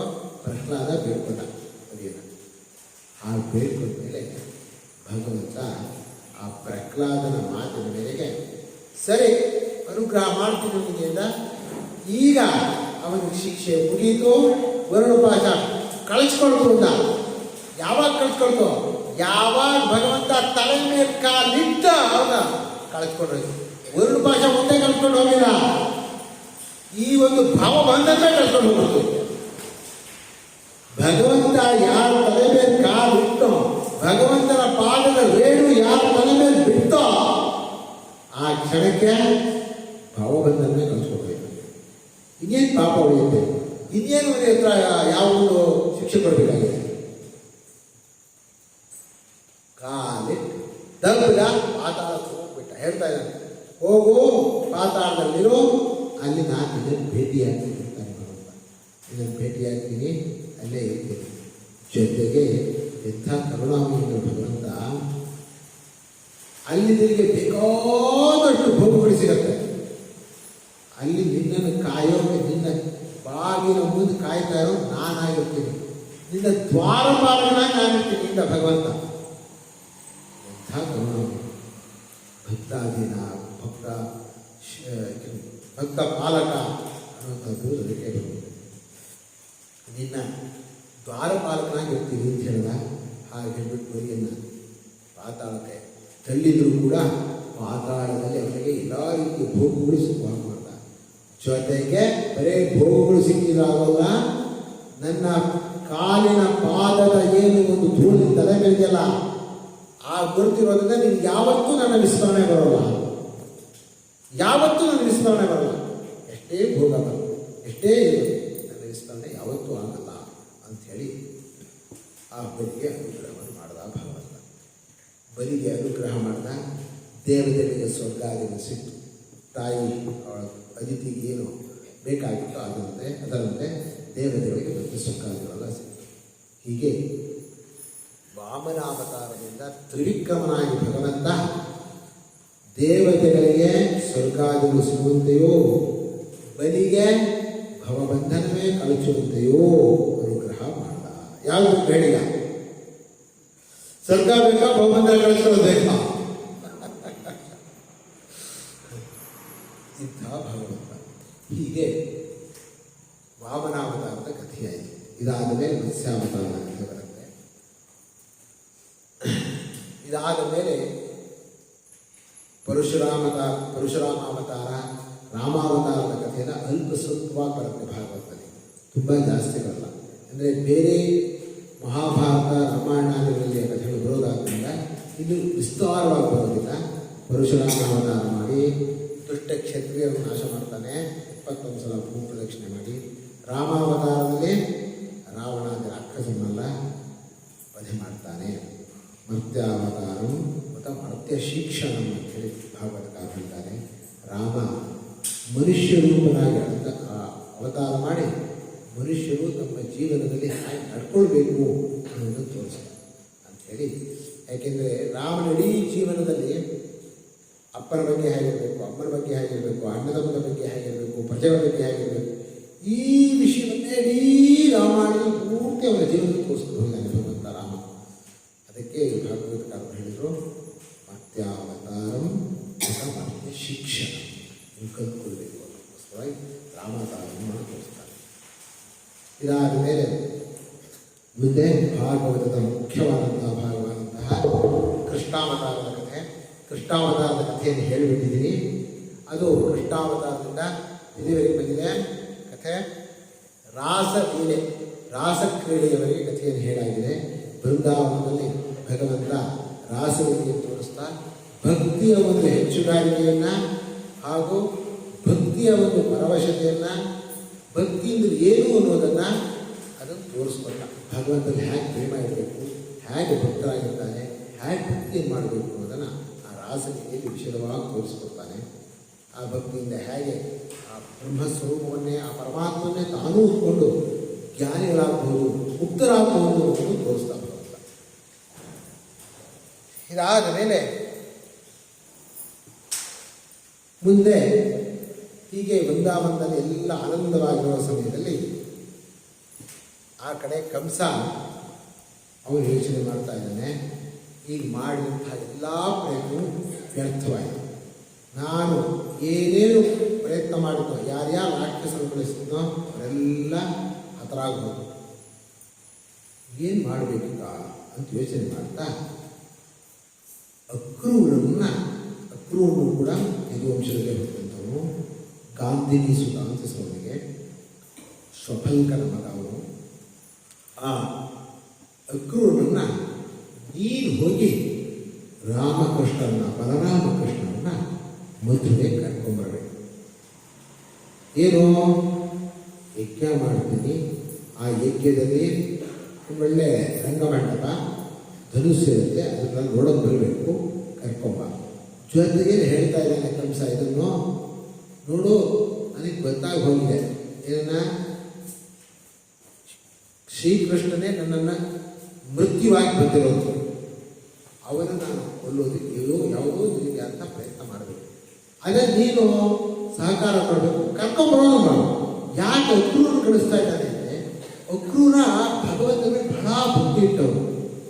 ಯಾರ್ಯಾರು ಕಳಿಸಿದೇನಾಗುತ್ತೆ, ಯಾರಿಗೆ ಭಗವದ್ ಭಕ್ತಿ ಇಲ್ಲ ದುಡ್ಡರಾಗಿರ್ತಾರೆ ಅವರೆಲ್ಲ ವಾಪಸ್ ಬರಲ್ಲ, ಹೋದವರು ಹೋಗ್ಬಿಡ್ತಾರೆ. ಬೇರೆ ಅವನ ಯಾವ ಒಬ್ಬ ಸ್ನೇಹಿತರಿದ್ರು, ರಾಕ್ಷಸ ಸ್ನೇಹಿತರು ಎಲ್ಲರೂ ಭಗವಂತ ವಧೆ ಮಾಡಾಯಿತು. ಈಗ ಭಗವಂತ ಇಲ್ಲಿ ಕರೆದು ಹೊಡಿಬೇಕು, ಅದಕ್ಕೋಸ್ಕರ ಅಕ್ರೂರು ಕಲಿಸ್ತಾನೆ, ನೀನು ಹೋಗಿ ಕರ್ಕೊಂಬ. ಅದಕ್ಕೆ ಮುಂಚೆ ಇನ್ನೂ ಯೋಚನೆ ಮಾಡ್ತಾನೆ, ವಸುದೇವಾದೇವಿಯನ್ನು ಬಂದು ಬಿಡಲ ಅಂತ ಯೋಚನೆ ಮಾಡ್ತಾನೆ. ಅದನ್ನು ನಾರದು ಕಾಡಿದ್ದಾರೆ, ದಂಡ ಈಗ ಬಂದು ಏನು ಪ್ರಯೋಜನ ಇಲ್ಲ, ಈಗ ಬಂದು ನಿನಗೆ ಮೃತ್ಯು ತಪ್ಪಲ್ಲ, ನಿನ್ನ ಸಾವು ತಪ್ಪಲ್ಲ, ಯಾಕೆಂದ್ರೆ ಕೃಷ್ಣ ಇದ್ದಾನೆ, ನೀ ಇಲ್ಲಿ ಕೊಲ್ಲೋ ಪ್ರಯತ್ನ ಅದು ಕೃಷ್ಣನ್ನೇ ಮಾಡು ತಿಳಿಸ್ತಾರ ಅವರು. ಯಾರೋ ನಾವು ಇಲ್ಲಿ ಕೊಡೋದಾಗ ಏನು ಪ್ರಯೋಜನ, ಏನು ಪ್ರಯೋಜನ ಇಲ್ಲ, ಏನಿಲ್ಲ. ಈ ಕೊಲ್ಲೋದಕ್ಕೆ ಅಲ್ಲಿ ಪ್ಲ್ಯಾನ್ ಮಾಡು, ಎಲ್ಲೇ ಕೃಷ್ಣನ ಹೇಗೆ ಕೊಡೋದು ಪ್ಲ್ಯಾನ್ ಮಾಡೋದು ತಿಳಿಸಿದ್ರು. ಒಟ್ಟು ಅವನು ಸಾವು ಕೊಡಬೇಕಾಗಿತ್ತು, ಆ ದುಷ್ಟನ ಸಾವು ಆಗಬೇಕಾಗಿತ್ತು. ಅಕ್ರೂರನ್ನು ಕಳಿಸ್ದ. ಅಕ್ರೂರ ಬಂದ ಇಲ್ಲಿಗೆ, ವೃಂದಾವನಕ್ಕೆ ಬಂದಿದ್ದಾನೆ. ನೋಡ್ಕೊಂಡು ಬಂದ, ಆ ವೃಂದಾವನದ ಸೌಂದರ್ಯವನ್ನು ನೋಡ್ಕೊಂಡು ಬಂದ. ಬರುವಾಗ ಸಾಯಂಕಾಲ ಆಗಿತ್ತು, ಬರ್ತಾ ಇದ್ದಾನೆ. ಸಾಯಂಕಾಲ ಬರುವಾಗ ಹಸು ಕರುಗಳೆಲ್ಲ ಬರುವಂಥ ಸಮಯ, ಹಸು ಕರುಗಳನ್ನೆಲ್ಲ ಕಟ್ಟಿ ಹಾಲು ಕರೀತಾ ಇದ್ದಾರೆ. ಹಾಲು ಸುಮ್ಮನೆ ಹಣ್ಣು ಕರೀತಾ ಇಲ್ಲ, ಕರೀತಾ ಇದ್ದಾರೆ, ಹಾಡು ಹೇಳ್ಕೊಂಡು ಕರೀತಾ ಇದ್ದಾರೆ. ಅದು ಜನ ಕೋಪಿಕಾಸ್ತ್ರೀಯರೆಲ್ಲ ಹಾಡು ಏನು ಹೇಳ್ತಾ ಇದ್ದಾರೆ, ಎಲ್ಲ ಹಾಡಿನಲ್ಲೂ ಕೃಷ್ಣನ ಲೀಲೆಗಳೇ, ಕೃಷ್ಣನ ಲೀಲೆಯನ್ನೇ ಹಾಡ್ತಾ ಹಾಲು ಕರೀತಾ ಇದ್ದಾರೆ. ತಿಳ್ಕೊಂಡು ಬಂದ ಅಕ್ರೂರ ಹೊತ್ತಲು ಅಂದ್ಕೊಂಡು ಬಂದ. ಸಾಯಂಕಾಲ ಬಂದ ಕೂಡಲೇ ನಂದ ನನಗೆ ಸೀರೆ ಹೋದ. ನಂದ ಬಂದುಗಳು ಉಪಚಾರ ಮಾಡ್ದ, ಎಲ್ಲ ಆರಾಮಾಗಿದ್ದಾರ ಏನು ಅಂತೇಳಿ ಕುಶಲ ಪ್ರಶ್ನೆ ಎಲ್ಲ ಆಯಿತು. ಆದಮೇಲೆ ಬಂದಿರೋ ವಿಷಯ ಏನು ಅಂತ ಕೇಳಿದ. ಮಹಾರಾಜ ಕಂಸ ಬಲರಾಮ ಕೃಷ್ಣ ಇಬ್ಬರನ್ನು ಕೂಡ ಕರ್ಕೊಂಬರಕ್ಕೆ ಆದೇಶ ಮಾಡಿದಾರಪ್ಪ, ಕಳಿಸ್ಬೇಕು. ನಂದ ಹೀಗಿದೆ ಒಪ್ಕೊಂಡ. ಏನಂದರೆ ಮಹಾರಾಜ ಆಯಿತು, ಇಲ್ಲದಿದ್ದರೆ ಮತ್ತೆ ಬೃಂದಾವನದಲ್ಲಿ ನೀನು ಮಾಡ್ಬಿಡ್ತಾನೆ ಅಂತ ಹೆರಿಗೆ ಆಯಿತು ಒಪ್ಕೊಂಡ. ವಿಧಿಯಲ್ಲೇ ಒಪ್ಕೊಂಡಿದ್ದಾಯಿತು. ರಾತ್ರಿ ಎಲ್ಲ ಮಲ್ಕೊಂಡಾಯಿತು. ಅಂದರೆ ಆ ರಾತ್ರಿ ಎಲ್ಲ ತುಂಬ ಆನಂದವಾಗಿ ಮಲ್ಕೊಂಡ. ಮರು ದಿವಸ ಬೆಳಗ್ಗೆ ಎದ್ದೇನೆ ಅಕ್ರೂರ ಎದ್ದುಕೊಂಡೆ. ಇಡೀ ಬೃಂದಾವನಕ್ಕಲ್ಲ ಆಗಲೇ ಸುದ್ದಿ ಬಿಟ್ಟಾಯಿತು. ಏನೋ ಅಕ್ರೂರ ಕೃಷ್ಣನ ಬಲರಾಮನ ಕರ್ಕೊಂಡು ಹೋಗಕ್ಕೆ ಬಂದಿದ್ದಾನೆ ವಿಷಯ ತಿಳಿದುಕೊಂಡೇ ಗೋಪಿಕಾಸ್ತ್ರೀಯರನ್ನ ಬಂದರು. ಇದೇನು ಅಕ್ರೂರ, ಯಾವ ಸೀಮೆ ಅಕ್ರೂರ ಏನೋ, ಯಾರ ಹೆಸರು ಅಕ್ರೂರ ಅಂತ, ಕ್ರೂರಿ ಎಲ್ಲ ಒಬ್ಬ ಅಂತ. ಯಾಕೆ ಕ್ರೂರಿ? ಇಷ್ಟು ದಿವಸ ನಮ್ಮ ಜೊತೆ ಇದ್ದಂಥ ಕೃಷ್ಣನ್ ಕರ್ಕೊಂಡು ಹೋಗ್ತೀನಿ ಅಂತನಲ್ಲ, ಅವ್ರಿಗೆ ಮನಸ್ಸಿದೆಯಾ, ಹೃದಯ ಇದೆಯಾ, ಅವನಿಗೆ ಒಂಚೂರು ಕನ್ನಡ ಇದೆ ಅವನಿಗೆ. ಕ್ರೂರಿ, ಯಾರು ಹೆಸರು ಅಕ್ರೂರ ಅಂತ, ಅಕ್ರೂರ ಅಲ್ಲ ಕ್ರೂರಿ. ಅದಕ್ಕೊಟ್ಟು ಬೈಕೊಂಡು ಬರ್ತಾ ಇದ್ದಾರೆ. ಬೈಕೊಂಡು ನನ್ನ ಮನೆ ಮುಂದೆ ಬಂದು ನಾವು ಬಿಡೋದು ಬೇಡ, ಏನಾದ್ರೂ ಕೃಷ್ಣನ್ ಮಾತ್ರ ಅವ್ರು ಬಿಡೋದು ಬೇಡ ಅಂತೇಳಿ ಯೋಚನೆ ಮಾಡ್ಕೊಂಡು ಬಂದಿದ್ದಾರೆ. ಇಲ್ಲ ಅಷ್ಟೊತ್ತಿಗೆ ಕೃಷ್ಣ ಬಲರಾಮ ಇಬ್ಬರನ್ನು ಕೂಡ ಮಾತಾಡಿಸಿ ಆಯಿತು, ವಿಷಯ ತಿಳಿಸಿ ಆಯಿತು. ಕೃಷ್ಣನು ಆಯಿತು ಬರ್ತೀನಿ ಅಂತ ಹೇಳಾಗಿದೆ. ಯಶೋಧಾನಂದರು ಒಬ್ಬರೇ ಆಯಿತು. ಎಲ್ಲ ಅಲ್ಲೇ ಹೋಗೋ ವ್ಯವಸ್ಥೆಯನ್ನು ಮಾಡ್ತಾ ಇದ್ದಾರೆ. ಗಾಡಿ ಕಟ್ತಾ ಇದ್ದಾರೆ, ಗಾಡಿಗೆಲ್ಲ ಇಟ್ಕೊಳ್ತಾ ಇದ್ದಾನೆ. ಹೋಗಿ ಬರುವಾಗ ಹೇಗೆ ಮಕ್ಕಳು ಹೋಗಿ ಬರುವಾಗ ತಂದೆ ತಾಯಿಗಳು ಕೊಡ್ತೀನಿ ನೋಡು, ಈ ಬೆಣ್ಣೆ ಇದನ್ನು ಇಟ್ಟಿದ್ದೀನಿ, ನಿಮಗೋಸ್ಕರ ಮಾಡೋ ಬೆಣ್ಣೆ ನಿಂತು ಬೇಕೋ, ಬೆಣ್ಣೆ ಇಟ್ಟಿದ್ದಾನೆ, ಇನ್ನೇನು ಬೇಕೋ ಖರ್ಜೂರ ಹಣ್ಣು ಒಳ್ಳೊಳ್ಳೆ ಹಣ್ಣು, ಈ ಹಣ್ಣನ್ನೆಲ್ಲ ಇಟ್ಟು ನಿಮಗೋಸ್ಕರ ನೀನು ತಿನ್ನಬೇಕು, ಎಲ್ಲ ಮರಿಬೇಡ, ಎಲ್ಲ ಜಾಬ್ ಪಟ್ಟಾಗಲ್ಲ ತಿನ್ನು ಅಂತೇಳಿ ಅಮ್ಮ ಎಲ್ಲರೂ ಇಟ್ಕೊಟ್ಟಿದ್ದಾರೆ. ಎಲ್ಲ ವ್ಯವಸ್ಥೆ ಮಾಡಿ ಆಗಿದೆ. ರಥ ಹೊರಡ್ತಾ ಇದೆ, ಹತ್ತುತ್ತಾ ಇದ್ದಾರೆ ರಾಮ ಬಲರಾಮ ಹಾಗೂ ಕೃಷ್ಣ. ಅಡ್ಡ ಬಂದು ನಿಂತುಕೊಂಡು ಯಾರೋ ಗೋಪಿಕಾಸ್ತ್ರೀ ಕಣ್ಣಲ್ಲಿ ನೀರು ಬರ್ತಾ ಇದೆ, ದಳ ನೀರು ಹಿಡಿತಾ ಇದೆ, ನೋಡ್ತಾ ಇದ್ದಾರೆ. ಇದೆಯಾ? ಇಷ್ಟು ದಿವಸ ನಮ್ಮ ಜೊತೆಲೇ ಇದ್ಬಿಟ್ಟು ನಮ್ಮ ಜೊತೆ ಪ್ರೀತಿಯಿಂದ ಇದ್ಬಿಟ್ಟು ಆನಂದ ಕೊಟ್ಟು ಆಸನಿನೇ ಮಾಡಿ ಇಷ್ಟೆಲ್ಲ ಮಾಡಿದ್ರು ಬಿಟ್ಟು ಹೋಗ್ತೀಯ ನಮ್ಮನ್ನ, ಹೃದಯನೇ ಮಾಡಿದ್ಯಾ ಅಂತ ಗೊತ್ತಿದೆ ಅವರಿಗೆ. ಏನು ಭಗವಂತ ಯಾವತ್ತೂ ಇಲ್ಲೇ ಇರೋನಂತ ಅವನು ಅವತಾರ ಮಾಡಿರೋದೇ ದುಷ್ಟರ ವಧೆಗೋಸ್ಕರ, ದುಷ್ಟ ರಕ್ಷಣೆಗೋಸ್ಕರ. ಅವನು ಇಡೀ ಎಲ್ಲ ಕಡೆಗೂ ಅವನ ಆ ಒಂದು ಕರ್ತವ್ಯ ಮಾಡಲೇಬೇಕು. ಆದರೂ ಕೂಡ ಭಗವಂತನ ಮೇಲೆ ಆ ಭಕ್ತಿಯಿಂದ ಪ್ರೇಮದಿಂದ ಅವ್ರು ಬಿಟ್ಟಿರೋಕ್ಕಾಗ್ತಾ ಇಲ್ಲ. ಅದಕ್ಕೋಸ್ಕರ ನೋಡ್ತಾ ಇದ್ದಾರೆ. ಮಾತನ್ನು ಕೇಳ್ತಾ ಇಲ್ಲ, ನನ್ನ ಕಣ್ಣಲ್ಲಿ ತೋರಿಸ್ತಾ ಇಲ್ಲ. ಮಾತನ್ನು ಹೇಗೆ ಬಿಟ್ಟು ಹೋಗ್ತಾನೆ ಹೇಳ್ತಾ ಇಲ್ಲ, ನೋಡ್ತಾ ಇದ್ದಾರೆ ಹೇಗೆ ಬಿಟ್ಟು ಹೋಗ್ತಿಲ್ಲ.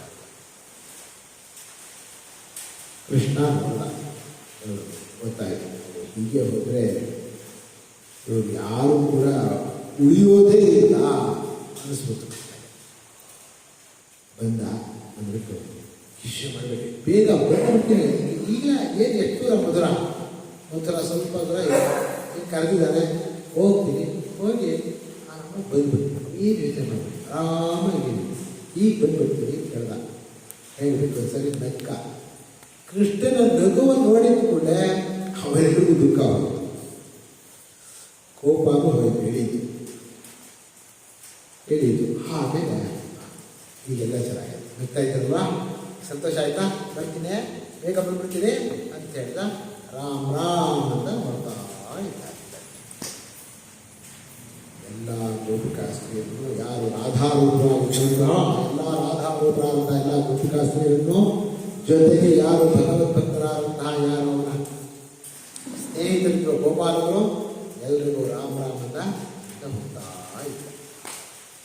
ಪೂರ ಕರ್ಕೊಂಡು ಹೊರಟ. ಹೋಗ್ತಾ ಮಧ್ಯದಲ್ಲಿ ಸಾಯಂಕಾಲ ಆಯಿತು, ಸಂಧ್ಯಾವಂದನೆ ಮಾಡಬೇಕು. ಪೂರ ಸ್ನಾನ ಮಾಡಿ ಸಂಧ್ಯಾ ಮಾಡ್ತೀನಿ ಅಂತ ಹೇಳ್ಬಿಟ್ಟು ಅಲ್ಲೇ ರಥದಲ್ಲಿ ಕೃಷ್ಣ ಬಲರಾಮನ ಕೂರಿಸಿ ಸಂಧ್ಯಾವನೆ ಕೊಡಕ್ಕೆ ಹೋದ. ಸ್ನಾನ ಮಾಡ್ತೀನಿ ಅಂತ ಹೇಳಿದ್ಬಿಟ್ಟು ಮುಳುಗುತ್ತಾನೆ. ಮುಳುಗಿ ಒಳಗಡೆ ಕಂಡುಬಿಟ್ರೆ ಅಲ್ಲಿ ಭಗವಂತ ಕೃಷ್ಣ ಸಾಕ್ಷಾತ್ ನಾರಾಯಣನಾಗಿ ಶೇಷಶಾಹಿಯಾಗಿ ಕಾಣ್ತಾ ಇದ್ದಾನೆ. ಒಳಗಡೆ ನೋಡ್ದ, ಯಾವ ಕೃಷ್ಣನನ್ನ ರಥದಲ್ಲಿ ನೋಡಿದ್ನೋ ಅದೇ ಕೃಷ್ಣ ಶೇಷಶಾಹಿಯಾಗಿ ನಾರಾಯಣನಾಗಿ ಅಲ್ಲಿ ಕಾಣ್ತಾ ಇದ್ದಾನೆ. ನನಗೆ ನೋಡ್ದ, ಆ ಭಗವಂತನ ಸ್ವರೂಪ ನೋಡ್ದ. ಮತ್ತೆ ಎದ್ದು ನೋಡ್ದ, ಎಲ್ಲಿ ಕೃಷ್ಣ ಇಲ್ಲಿ ಬಂದ್ಬಿಟ್ಟಿಯ ಅಂತ ನೋಡಿದ್ರೆ ಕೃಷ್ಣ ಎಲ್ಲೂ ಇಲ್ಲ, ಅಲ್ಲೇ ಇದ್ದಾನೆ. ಎಲ್ಲಿದ್ದಾನೆ ಕೃಷ್ಣ? ರಥದಲ್ಲೇ ಇದ್ದಾನೆ. ಗೊತ್ತಾಯಿತು ಮಕ್ಕಳಿಗೆ, ಎಂಥ ಕರುಣಾಮಯಿ, ನನ್ನಂಥ ಭಕ್ತ ಮೇಲೂ ಕೃಪೆ ಮಾಡಬೇಕಿಲ್ಲ, ಎಂಥ ಕರುಣಾಮಯಿಪ್ಪ. ಎಲ್ಲಿ ನಾನು ಅಕ್ರೂರ, ಎಲ್ಲಿ ನೀನೆಲ್ಲಿ? ಹಾಗೆ ಗೋಪಿಕಾಸ್ತ್ರೀಯರು ಹೇಳಿದ್ರು, ನಾವು ಎಲ್ಲಿ ಹಸುವನ್ನು ಕಾಯ್ಕೊಂಡಿರುವಂಥ ನಮ್ಮ ಜನ, ನಾವು ಜನ ಯಾವ ವೇದ ಶಾಸ್ತ್ರ ಏನು ಗೊತ್ತಿದ್ದವರು ಅಂಥವ್ರಂಥ ಕರುಣೆ ತೋರಿಸ್ತಿದ್ದೀರ ಅಂತ ಆಯ್ತು ಗೋಪಿಕಾಸ್ತ್ರೀಯರು ಹೇಳಿದ್ರು. ಅಕ್ರೂರು ಕೂಡ ಹಾಗೆ ಅಂದ್ಕೊಂಡ, ಎಂಥ ಕರುಣಾಮಯ್ಯಪ್ಪ. ನನಗೂ ಕೂಡ ನಿಜ ಹೇಳಬೇಕಾದ್ರೆ ಕಂಸನ ಮಾತಿನ ಬಂದಿರುವಂಥವ್ರು, ದುಷ್ಟನ ಮಾತಿನ ಮೇಲೆ ಬಂದಿರೋರಿಗೆ ನಿನ್ನ ಕರ್ಕೊಂಡು ಹೋಗ್ತಾ ಇದ್ದೀನಿ, ನಿನಗೂ ಗೊತ್ತು ಆ ಕಂಸ ಏನು ಮಾಡ್ತಾನೆ ಅಂತ. ಅಂಥ ನನಗೂ ಕೂಡ ಇಂಥ ಒಂದು ದೈಯನ್ನು ತೋರಿಸಿದ್ದಲ್ಲ ಅಂತ ಹೇಳ್ಬಿಟ್ಟು ಭಗವಂತನ ಸ್ತೋತ್ರ ಮಾಡ್ತಾನೆ. ಆಮೇಲೆ ಸಂಧ್ಯಾವಂದನೆ ಮಾಡಿ ಮೇಲೆ ಹೋಗ್ತಾನೆ. ಕೃಷ್ಣ ನಗ್ತಾ ಇರ್ತಾನೆ. ಏನು ಬಹಳ ಸಂತೋಷವಾಗಿಲ್ಲ, ಏನು ನೋಡಿದೆ ಅಂತ ಕೇಳ್ಕಲ್ಲ. ಗೊತ್ತಿದೆ ಕೃಷ್ಣಿದ್ದೆ, ಏನು ನೋಡಿದಾನೆ ಅಂತ. ಏನು ನೋಡಿಲ್ಲ ಅವನು ಕೇಳಿದ, ಭಗವಂತ ನಿನಗೆ ಗೊತ್ತಿದೆ ಇರೋದು ಏನಿದೆ? ನಿನಗೆ ಗೊತ್ತಿಲ್ವಾ? ಎಲ್ಲರಿಗೂ ಗೊತ್ತು, ನಾನೇನು ನೋಡಿದೆ ಗೊತ್ತು, ನಾನೇನು ಕಂಡೆ ಗೊತ್ತು, ಎಲ್ಲವೂ ಗೊತ್ತು. ನಿನ್ನ ಪ್ರಸಾದ ಅದ್ಭುತವಾದದ್ದು, ದಯ ಅದ್ಭುತವಾದದ್ದು ಅಂತ ಹೇಳಿ ಕರ್ಕೊಂಡು ಹೋದ. ಹಾಗೆ ಮಥುರಾ ಪಟ್ಟಣಕ್ಕೆ ಹೋದರು, ಪ್ರವೇಶ ಮಾಡ್ತಾ ಇದ್ದಾರೆ. ಮಥುರಾ ಪಟ್ಟಣಕ್ಕೆ ಒಳಗೆ ಹೋಗ್ತಾ ಇರೋ ಹಾಗೆ ಶ್ರೀಕೃಷ್ಣ ಬಲರಾಮ ಆಗಲೇ ಮಥುರಾ ಪಟ್ಟಣದಲ್ಲಿ ಆ ವೃಂದಾವನದ ಇಬ್ಬರು ಅತ್ಯಂತ ಸುಂದರರಾದಂತಹ ಶ್ರೀಕೃಷ್ಣ ಬಲರಾಮರು ಬರ್ತಾ ಇದ್ದಾರೆ ಸುದ್ದಿ ಗೊತ್ತಾಗಿದೆ. ಆ ಮಥುರಾ ಪಟ್ಟಣ ಇದು ವೃಂದಾವನ ಒಂದು ರೀತಿಯ ಹಳ್ಳಿಯ ವಾತಾವರಣ ಥರ, ಕಾಡಿನ ಮಧ್ಯೆ. ಪಟ್ಟಣದಲ್ಲಿ ದೊಡ್ಡ ದೊಡ್ಡ ಮನೆಗಳು, ಒಳ್ಳೊಳ್ಳೆ ಎಲ್ಲ ಬೀದಿಗಳು, ಅಥವಾ ಬೀದಿಯಲ್ಲಿ ಹೋಗ್ತಾ ಇದ್ದ ರಥದಲ್ಲಿ ಇಡೀ ಮಥುರಾ ಪಟ್ಟಣದಲ್ಲಿ ಆ ರಥದ ಸದ್ದು ಕೇಳೋ ಅಷ್ಟೊಳಗೆ ಮುಂದೆ ಮುಂದೆ ಮೇಲಿಂದ ನೋಡ್ತಾ ಇದ್ದಾರಂತೆ. ಎಲ್ಲ ಮಥುರಾ ಪಟ್ಟಣದ ಸ್ತ್ರೀಯರನ್ನು ನೋಡ್ತಾ ಇದ್ದಾರೆ. ಮೇಲಿಂದ ನೋಡ್ತಾ ಇದ್ದಾರೆ. ಆ ಕೃಷ್ಣ ನೋಡ್ತಾ ಇದ್ದಾನೆ. ಅಪ್ಪ ಎಂಥ ಕೃಷ್ಣ ಇವನು, ನವಿಲು ಧರಿಸಿದ್ದಾನೆ, ನಗುತ್ತಾ ಇದ್ದಾನೆ, ಕೆಂಪು ಗುಟಿಗಳು ಕೊಳಲು ಇಟ್ಕೊಂಡಿದ್ದಾನೆ. ಆ ಪರಮಾತ್ಮ ನೋಡ್ತಾ ಇಂಥ ಕೃಷ್ಣ ಗೋಕುಲದಲ್ಲಿ ಅವ್ರ ಜೊತೆ ಇರಬೇಕಾದ್ರೆ ಗೋಪ್ಯಸ್ತವ ಕಿಮಚರನ್ನು ಯದಮುಷ್ಯ ರೂಪಂ, ಏನ್ ತಪಸ್ ಮಾಡಿದ್ರು ಅವರು? ಎಂಥ ಯೋಗಿಗಳಿಗೂ ಎಂಥ ಮಹಾತ್ಮರಿಗೂ ಋಷಿಗಳಿಗೂ ದಕ್ಕಿದಂಥವ್ರು ಅಂಥವ್ರಿಗೆ ದಕ್ಬಿಟ್ಟಲ್ಲ. ಏನು ಪುಣ್ಯ ಮಾಡಿದ್ರಪ್ಪ ಅವರು. ಆ ಗೋಕುಲದಲ್ಲಿ ವೃಂದಾವನದಂತಹ ಗೋಪುಗಾಸ್ತ್ರೀಯರು ಅಂದ್ಕೊಳ್ತಾ ಇದ್ದಾರಂತ. ಯಾರೋ ಆ ಮಥುರಾ ಪಟ್ಟಣದ ಸ್ತ್ರೀಯರಲ್ಲ. ಹೋಗ್ತಾ ಇದ್ದಾನೆ, ಎಲ್ಲ ಕಡೆ ನೋಡ್ತಾ ಇದ್ದಾರೆ. ಕೃಷ್ಣ ನೋಡಿದ್ರೆ ಮೇಲಿಂದ ಓಡ್ಬಿಟ್ಟು ನೋಡ್ತಾ ಇದ್ದಾರೆ. ಕೃಷ್ಣ ನೋಡ್ತಾ ಇದ್ದ, ಅಲ್ಲಿಂದ ಕಣ್ಣು ತೆಗೀತಾ ಇಲ್ಲ. ಕೃಷ್ಣನು ಕೂಡ ಅವರೆಲ್ಲರಲ್ಲಿ ನಗುವಿನ ಮುಖವನ್ನು ತೋರಿಸ್ತಾ, ಹಾಸದ ಒಂದು ನಗುವಿನ ಕಣ್ಣಿನ ಮುಖವನ್ನು ತೋರಿಸ್ತಾ ಎಲ್ಲರ ಜೊತೆ ಹೋಗ್ತಾ ಇದ್ದಾನೆ. ಸ್ವಲ್ಪ ದೂರ ಹೋದರೆ ಕೃಷ್ಣ ಯಾರಿಗೆ ಕ್ರೂರಕ್ಕೆ ಸರಿ ಇಳಿತೀವಿ, ಈಗ ಸ್ವಲ್ಪ ನಡ್ಕೊಂಡು ಹೋಗ್ತೀವಿ, ನೋಡಬೇಕು, ಚೆನ್ನಾಗಿ ನೋಡ್ಬೇಕು, ಉತ್ತರಾಪಟ್ಟಣ ನೋಡೇ ಇಲ್ಲ, ನಡ್ಕೊಂಡು ಹೋಗ್ತೀವಿ ಅಂತ ಹೇಳಿದ. ಅಷ್ಟೊತ್ತಿಗೆ ಏನಾಗ್ಬಿಟ್ಟಿದೆ, ಶ್ರೀಕೃಷ್ಣ ಹೋಗಿದ್ದ ಮುಂಚೆ ವೃಂದಾವನದಿಂದ ನಂದಾದಿಗಳು ಅವರ ಒಂದಷ್ಟು ಜನ ಸ್ನೇಹಿತರೆಲ್ಲ ಬೇರೆ ಕಡೆ ಮಾರ್ಗದಿಂದ ಬಂದುಬಿಟ್ಟಿದ್ದಾರೆ ಉತ್ತರಾಪಟ್ಟಣ. ಅವರು ಸೇರಿಕೊಂಡು ಗೋಪಿಕಾಸ್ತ್ರೀಯರು ಬರಲಿಲ್ಲ, ಅವರ ಸ್ನೇಹಿತರು ಎಲ್ಲ ಬಂದಿತ್ತು ಕೃಷ್ಣ ಸೇರಿ, ಅವರು ಸೇರಿಕೊಂಡು ಎಲ್ಲ ನಡ್ಕೊಂಡು ಹೋಗ್ತಾ ಇದ್ದಾರೆ. ದಾರಿಯಲ್ಲಿ ಎಲ್ಲ ನೋಡ್ತಾ ಇದ್ದಾರೆ. ಇಂಥ ದೇವತಾ ಮನುಷ್ಯರ ಎಲ್ಲ ದೇವರಿಂದ ಬಂದಿದ್ದಾರ, ಈ ನೋಡಿದ್ಮೇಲೆ ಇಂಥ ಇನ್ನೂ ನೋಡ್ತಾ ಇದ್ದಾರೆ. ಹೋಗ್ತಾ ಇರುವ ಎದುರುಗಡೆಯಿಂದ ಒಬ್ಬ ಅಗಸ ಬಂದ, ಒಳ್ಳೆ ಬಟ್ಟೆಗಳನ್ನು ತರ್ತಾ ಇದ್ದಾನೆ. ಆ ಬಟ್ಟೆನೆಲ್ಲ ಒಗೆದ್ಕೊಂಡು ಎಲ್ಲ ನೋಡ್ಕೊಂಡು ಬರ್ತಾ ಇದ್ದ. ಅವನ ಜೊತೆ ಇದ್ರು ಕಾವಲುಗಾರರು. ಕೃಷ್ಣ ನೋಡ ಎಲ್ಲ ಜೊತೆಲಿದ್ದವರೆಲ್ಲ ಕೊಳಕು ಬಟ್ಟೆ ಹಾಕೊಂಡಿದ್ದಾರೆ, ನಂದು ಬಟ್ಟೆ ಸರಿಯಾಗಿಲ್ಲ. ನಾನು ಅವಾಗ ವೃಂದಾವನದಲ್ಲಿದ್ದಾಗ ಹಾಯ್ ಬಟ್ಟೆಲಿದ್ದು ಅವ್ರ ಜೊತೆ ಆರಾಮಾಗಿದ್ದೆ. ಈಗ ಬಂದಿರೋದ್ರಿಗೆ ಒಂಥರ ಪಟ್ಟಣಕ್ಕೆ ಬಂದು ನಾನು ಪಟ್ಟದ ಥರ ಇರಬೇಕಲ್ವಾ, ಆ ಡ್ರೆಸ್ ಹಾಕೋಬೇಕಾ? ಅವ್ರ ಹತ್ರ ಆ ಡ್ರೆಸ್ ಎಲ್ಲ ಕೊಡಿದ್ರು. ಯಾರ ಡ್ರೆಸ್ ಅದು? ಕಂಸನ ಡ್ರೆಸ್ ಅದು. ರಾಜನ ಡ್ರೆಸ್ಸನ್ನ ಹೋದೆ ಎತ್ಕೊಂಡು ಬರ್ತಾ ಇದ್ದಾರೆ. ಅವನ್ನ ಏನು ತಲೆ ಕೆಟ್ಟಿದ್ಯಾ, ಬದುಕಬೇಕು ಮಾಡ್ಕೊಂಡಿದ್ಯಾ, ಏನು ಮಾಡ್ಕೊಂಡಿದ್ಯಾ, ಯಾರ ಡ್ರೆಸ್ಸು ಮಾಡ್ಕೊಂಡಿದ್ಯಾ? ಇದು ರಾಜದ್ದು, ಹೋಗು ಅದೆಲ್ಲಾದ್ರು ಕಾಡ್ನೆಲ್ಲ ಏನಾದ್ರು ಅಲ್ಲೋಗಿ ಸರಿ ಇದ್ರು. ಏನೋ ಒಂದು ಸ್ವಲ್ಪ ಮಾತಾಡ್ಬಿಟ್ಟ. ಹಾಗೆ ಮಾತಾಡಿದ ಕೂಡಲೇ ಕೃಷ್ಣ ಕಾಡ್ನಲ್ಲಿ ಬೇಕಾ ತೋರಿಸ್ತೀವಿ, ಕಾಡ್ನಲ್ಲಿ ಹೇಗೆ ಅಂತ ತ್ಯಾಗನೆ ಬಿಟ್ಟ. ತಲೆನೇ ಬಿದ್ದಿತ್ತು, ಸದ್ಯ ಹೋಗ್ಬಿಟ್ಟು ಓದ್ ಕೂಡ ಅವನು ಅಕ್ಕಪಕ್ಕ ಇದು ಓಡ್ ಹೋಗ್ಬಿಟ್ಟು ತಗೊಳ್ರ ಎಲ್ಲ ಹಾಕೊಳ್ರ ಎಲ್ಲ ಎಲ್ಲರಿಗೂ ಡ್ರೆಸ್ ಹಾಕೊಳ್ರ. ಭಾಳ ಆಯ್ತು, ಕಾಡಲ್ಲಿ ಇರ್ಬೇಕಂತ ಕಾಡು ತೋರಿಸ್ತೀವಿ, ಕಾಡು ಪಡೆದ. ಆ ಕಸ ಸತ್ತು ಹೋದ. ರಜಕ ಅಂತ ಹೇಳ್ತಾರೆ, ರಜಕ. ಅವರ ವಧೆಯಾಗಿ ಅವನು ಕೂಡ ಕೃಷ್ಣಗಳಿಗೂ ದುಷ್ಟನ, ಅದಕ್ಕೆ ಹೊಡೆದ. ಸರಿ, ಮುಂದೆ ಹೋಗ್ತಾ ಇದ್ದಾನೆ. ಮುಂದೆ ಹೋಗ್ತಾ ಇರುವಾಗ ಒಬ್ಬಳು ಹೆಂಗಸು ಬರ್ತಾ ಇದ್ದಾನೆ. ಗೂಗುಳ್ಬೇಕಾಗಿದೆ, ಹೀಗೆ ಒಂಥರ ಅಜ್ಜಿ ಥರ ನಡೀತಾ ಇದ್ದಾನೆ. ಕೈಯಲ್ಲಿ ಸುಗಂಧದ ಒಂದು ಪಾತ್ರೆ ಇಟ್ಕೊಂಡಿದ್ದಾಳೆ. ಅದನ್ನ ಇಟ್ಕೊಂಡು ಹಿಂಗೆ ಬರ್ತಾ ಇತ್ತು. ಕೃಷ್ಣ ನೋಡ, ಏನದು ಬಹಳ ಜನ ವಾಸನೆ ಬರ್ತಾ ಇದ್ದಾರೆ. ಒಳ್ಳೆ ಗಂಧ, ನಾನೇ ಕಂಸನಿಗೆ ದಿವಸ ಗಂಧ ಮಾಡಿಕೊಂಡು ಅವಳು ಕೊಳಕ್ಕೆ ಕರ್ಕೊಂಡು ಹೋಗ್ತಾ ಇದ್ದೀನಿ. ನೀವು ನೋಡಿದ್ವಿ ಅಂದರೆ ಈಗ ನೋಡಿಬಿಟ್ಟು ಭಾಳ ಚೆನ್ನಾಗಿದೆ, ನಿನಗೆ ಗೊತ್ತಿತ್ತು ಅಂತ ಹೇಳಿ ಬಟ್ಟೆ ಬಿಟ್ಟು, ಗಂಧವನ್ನು ಬಟ್ಟೆ ಬಿಟ್ಟು ಹಚ್ಕೊಂಡ, ಮೈಯೆಲ್ಲ ಹಚ್ಕೊಂಡ. ಬಹಳ ಸುಖವಾಗಿ ಘಮ ಘಮ ವಾಸನೆ ಬರ್ತಾ ಇದೆ. ಎಲ್ಲ ಸುಗಂಧ ಹಚ್ಕೊಂಡ, ಎಲ್ಲ ಪಕ್ಕದವರಿಗೆಲ್ಲ ಕೊಟ್ಟ, ಎಲ್ಲರಿಗೂ ಕೊಟ್ಟ. ಅವಳು ನೋಡ್ತಾ ಇದ್ದ. ಆಮೇಲೆ ಯಾಕೆ ಬರ್ತಾ ಇದೆಯಲ್ಲ, ಯಾಕೆ ಬಂದು ನಡೀತಾ ಇದ್ದೇನೆ, ಏನು ಮಾಡಪ್ಪ, ನಾನು ಏನೇ ಬೇಡ, ನಾನು ಹುಟ್ಟಿದಾಗಿಂದ ನಾನು ಹೀಗೆ ಇರೋದು. ಹೌದಾ, ಅಲ್ಲಿ ಕೈ ಕೊಡೋ, ಕೈ ಹಿಡ್ಕೊಂಡ. ಅವಳು ಹಿಂಗೆ ನೋಡ್ತಾ ಇದ್ದು, ಗಲ್ಲವೇ ಹೀಗೆ ಎತ್ತದ, ಹೀಗೆ ಗೂರು ಹೋಯಿತು. ಒಳ್ಳೆ ಸುಂದರ ಸ್ತ್ರೀ ಆಗಬೇಕು, ಒಳ್ಳೆ ಸುಂದರ ಸ್ತ್ರೀ ಆಗಬೇಕು, ಚೆನ್ನಾಗಿ ನಂಬಕ್ಕೆ ಆಗ್ತಾರ, ಕುಡಿತಾ ಇದ್ದಾರೆ ಅವಳಲ್ಲಿ. ನಂದೆಲ್ಲ ಹೋಯ್ತು ಇವತ್ತಿನ ನನಗಿಂತ. ಅಷ್ಟರಲ್ಲಿ ಕೃಷ್ಣ ಸ್ವಲ್ಪ ಮುದ್ದೆ ಹೋಗ್ಬೋದಾ, ಓಡ್ಬೋದು ಕೃಷ್ಣ ಪತ್ತೆ ಹೇಳ್ಕೊಂಡು ಬಿಡಲ್ಲ ನೀನು ಬೇಡ ನಾನು ನಿನ್ನನ್ನೇ ಬರೆಸೋದು ಇನ್ನೊಂದು ಬುದ್ಧಿ ಹಾಕೋದು ನೀನೇ ಬಾ. ಕೃಷ್ಣ ನಗ್ತಾ ಇದ್ದಾನೆ. ಬರ್ತೀನಿ ಈಗ ಬೇಡ, ಆಮೇಲೆ ಬರ್ತೀನಿ ಮನೆಗೆ ಹೋಗ್ತೀನಿ. ಬರ್ತೀನಿ ಅಂತ ಅಂದ್ಮೇಲೆ ಅವಳು ಹಾಗೆ ಖಂಡಿತ ಬರ್ತಾರೆ. ಅಲ್ಲಿಂದ ಕುಬ್ಜೆಗೆ ಒಂದು ರೀತಿಯಾದಂತಹ ಅನುಗ್ರಹವನ್ನು ಮಾಡಿ ಗಂಧ ಕೊಟ್ಟಿದ್ದಕ್ಕೆ ಅವಳ ಕುಬ್ಜತನವನ್ನೇ ಹೋಗಿಸ್ಬಿಟ್ಟ ಭಗವಂತ. ಎಂಥ ಕಾರಣ. ಅಲ್ಲಿಂದ ಮುಂದೆ ಹೋದ. ಅಷ್ಟೊತ್ತಿಗೆ ಕಂಸ ವ್ಯವಸ್ಥೆ ಮಾಡಿದ್ದಾನೆ. ಎಲ್ಲ ವ್ಯವಸ್ಥೆಯನ್ನು ರಂಗಮಂಟಪದಲ್ಲಿ ಮೃತ್ತಿಕಾಸುರ, ಚಾಣೂರ ಎಲ್ಲ ನಿಂತಿರಬೇಕು. ಅದಕ್ಕೆ ಮೊದಲು ರಂಗಮಂಟಪ ಪ್ರವೇಶ ಮಾಡೋದಕ್ಕಿಂತ ಮುಂಚೆ ದೊಡ್ಡ ಆನೆ, ಏನು ಹೆಸರು, ಕುವಲಯಾಪೀಡ ಅಂತ ಆನೆ ಇರಬೇಕು. ಅವನು ಹೇಳ್ಬಿಟ್ಟಿದ್ದಾನೆ, ಕೃಷ್ಣ ಬಂದು ಕೂಡಲೇ ನುಗ್ಗಿಸ್ಬಿಡು ಮದ್ದಾನೆನ, ಕೃಷ್ಣ ತುಳ್ಕೊಂಡು ಹೋಗ್ಬಿಡ್ಬೇಕು. ಮತ್ತೆ ಕೃಷ್ಣ ಇತ್ತು ನಾಮಾವಶೇಷ ಅಂತೇಳಿ ಹೇಳ್ಬಿಟ್ಟಿದ್ದಾನೆ. ಆರ್ಡರ್ ಮಾಡಾಗಿದೆ. ಕೋಲಿಯಾಪೀಡ ಇದೆ. ಮುಂದೆ ಹೋಗ್ತಾ ಇದ್ದಾನೆ. ಅಷ್ಟರಲ್ಲೂ ಪಕ್ಕದಲ್ಲಿ ದೊಡ್ಡ ಧನುಸ್ಸು ಇತ್ತು. ಅದನ್ನು ಕಾಯೋದು 4 ಜನ ಇತ್ತು.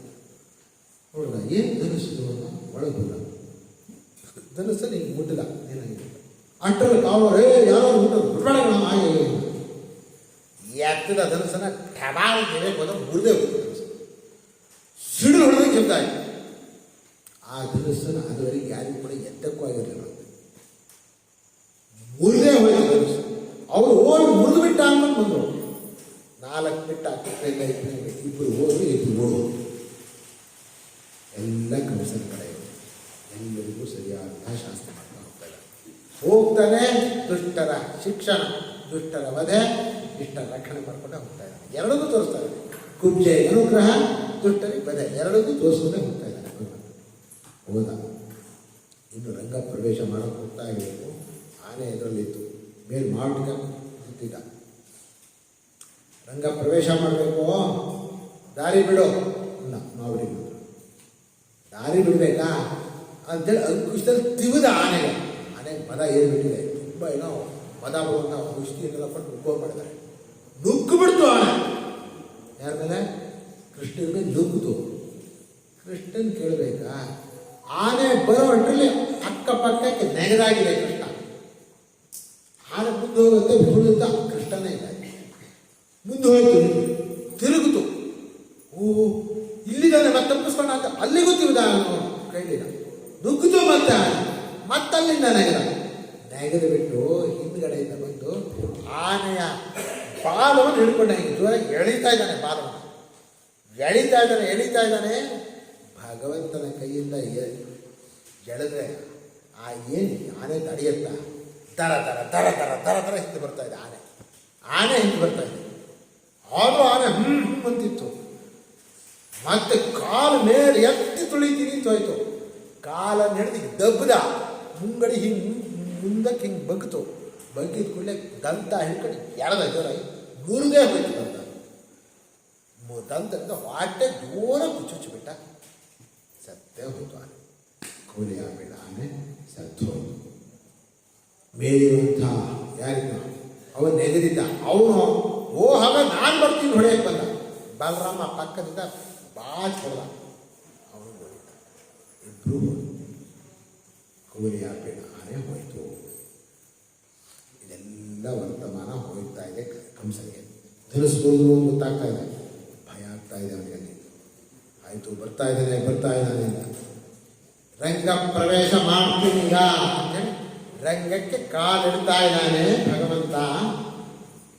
ಕೃಷ್ಣ ಒಳಗಿಟ್ಟ ಈ ಪೂರ್ತಿ ರಂಗಮಂಟಪದಲ್ಲಿ ಜನ ತುಂಬ ಬಿಟ್ಟಿದ್ದಾರೆ, ತುಳುತ್ತಾ ಇದ್ದಾರೆ, ಎಲ್ಲ ನೋಡ್ತಾ ಇದ್ದಾರೆ. ನೋಡಿದ್ರು ಈ ಕೃಷ್ಣನ್ನ ಆ ಮಲ್ಲರಿದ್ರಲ್ಲ, ಆ ಮಲ್ಲರು ನೋಡಿದ್ರು. ಯಾರು ಕುಸ್ತಿ ಮಾಡೋ ಪಟ್ಟರು ಅವರು ಹಿಂಗೆ ನೋಡಿದ್ರು. ಅವ್ರು ನೋಡಿದ್ರೆ ಏನು ಅನ್ನಿಸ್ತಾ ಇದೆ? ಮಲ್ಲಾರಾಮಶರಿ. ಆ ಮಲ್ಲರಿಗೆ ಯಾರು ಸಿಡಿಲು ಬರ್ದಂಗೆ ಬರ್ತಾ ಇದ್ದಾರಪ್ಪ. ಆಯ್ತು ಕಾಣಿಸ್ತು ತಮಗೆ ಅನ್ನಿಸ್ತಾ ಇದೆ. ಯಾರಿಗೆ? ಯಾರು ಮಲ್ಲರಲ್ಲಿದ್ರೋ, ಮುಷ್ಟಿಕ ಚಾಮರಾಜ ಮಲ್ಲರು, ಅವರಿಗೆ ಹಾಗೆ ಅನ್ನಿಸ್ತಾ ಇದೆ. ಕೃಷ್ಣ ಒಳಗೆ ಬರ್ತಾ ಇರೋದು ನೋಡ್ಬಿಟ್ರೆ ನರವರಹ.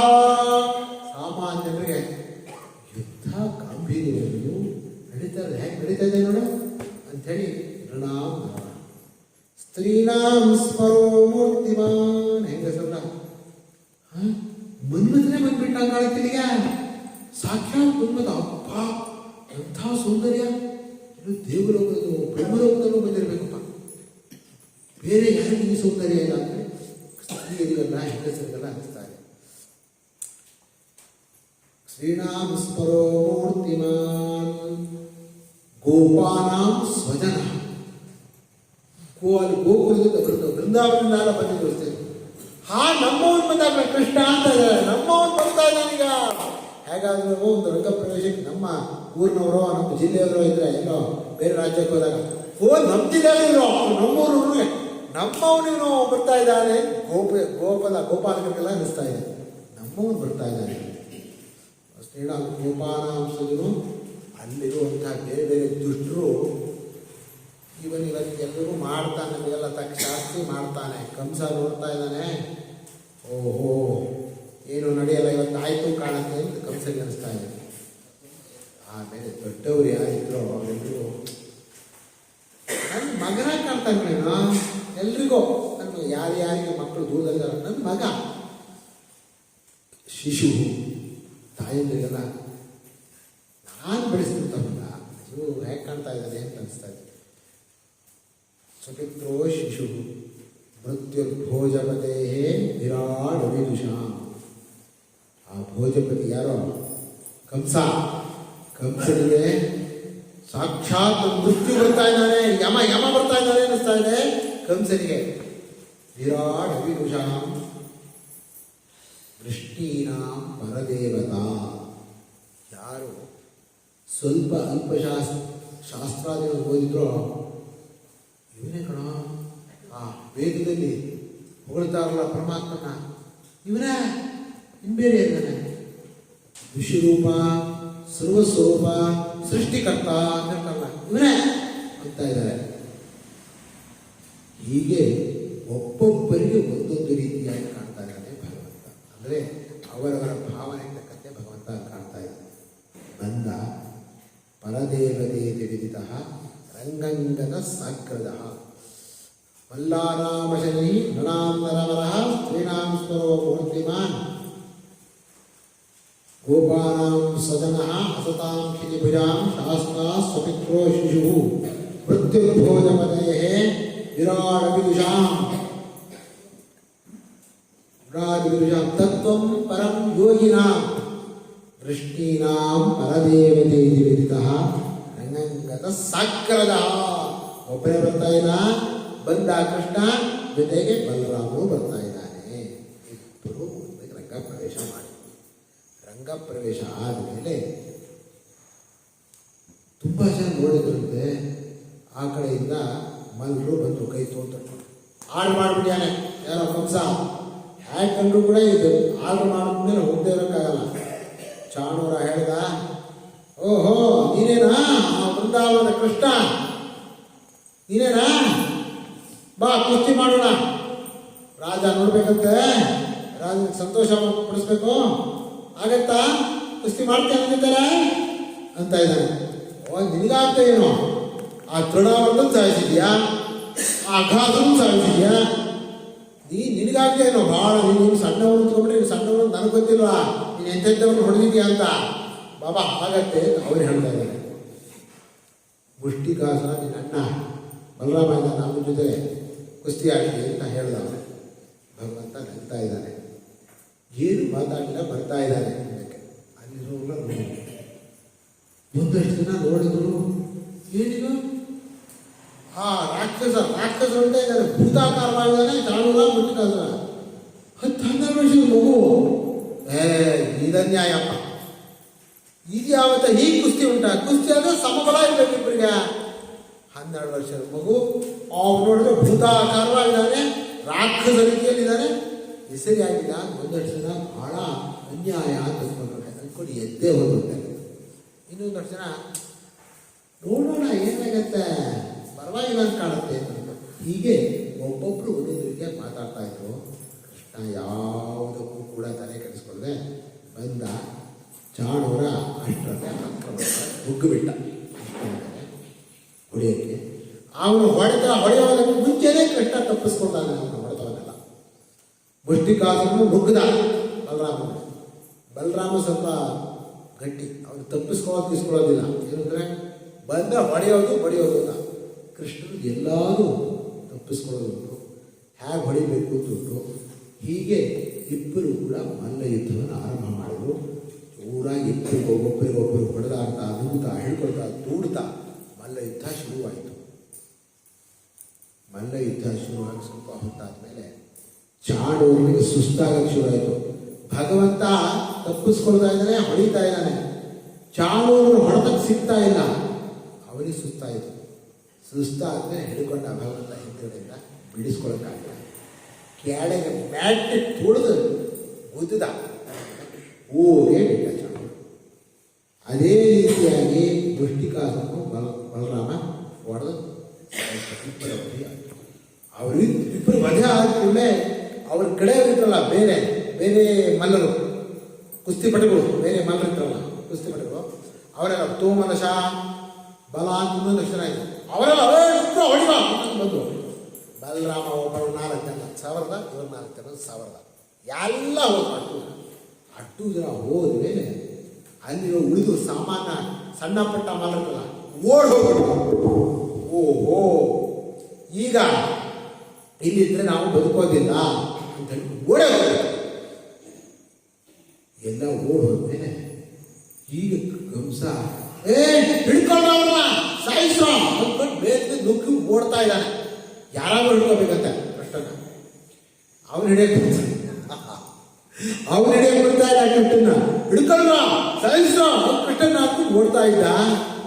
ನೆಗದ ಕೃಷ್ಣ ಮೇಲಕ್ಕೆ ಹಿಡ್ಕೊಂಡು ಅವನ್ನ ಕೆಳಗೆ ಬೀಳಿಸ್ತಾ ಬಿದ್ದ. ಮೇಲಿನ ರಂಗದ ಮತ್ತೆ ಕೆಳಗೆ ಬಿದ್ದ. ದಪ್ಪಂತ ಕಿರೀಟ ಎಲ್ಲ ಹೋಯ್ತು ಆ ಕಡೆಗೆ ಇಟ್ಕೊಂಡು. ನೀನೇನೋ ಮಾವ ಮಾವ ಮಾವ ಅಂದ್ಕೊಂಡು ಅಂದ ಮೇಲೆ ಇಲ್ಲದ ವಿರೋಧವನ್ನು ಕಟ್ಕೊಂಡು ಸಾಯಿಸಕ್ ಬಂದ್ಯಾ, ನಮ್ಮ ಅಪ್ಪ ಅಮ್ಮನ ಜೈಲಿಗೆ ಕಳಿಸ್ತೀಯ ತೆಗೋ ಅಂತ ಇಟ್ಟು ಅವನ ಈಟಿಯಿಂದ ಅವನ ಕಣ್ಣಿನಿಂದ ಅವನಿಗೆ ಹೊಡೆದು ತಲೆ ಕಟ್ಟರೆ ಸಾಯಿಸಬಿಟ್ಟ. ಹೂಗೆ ಬಿಟ್ಟ.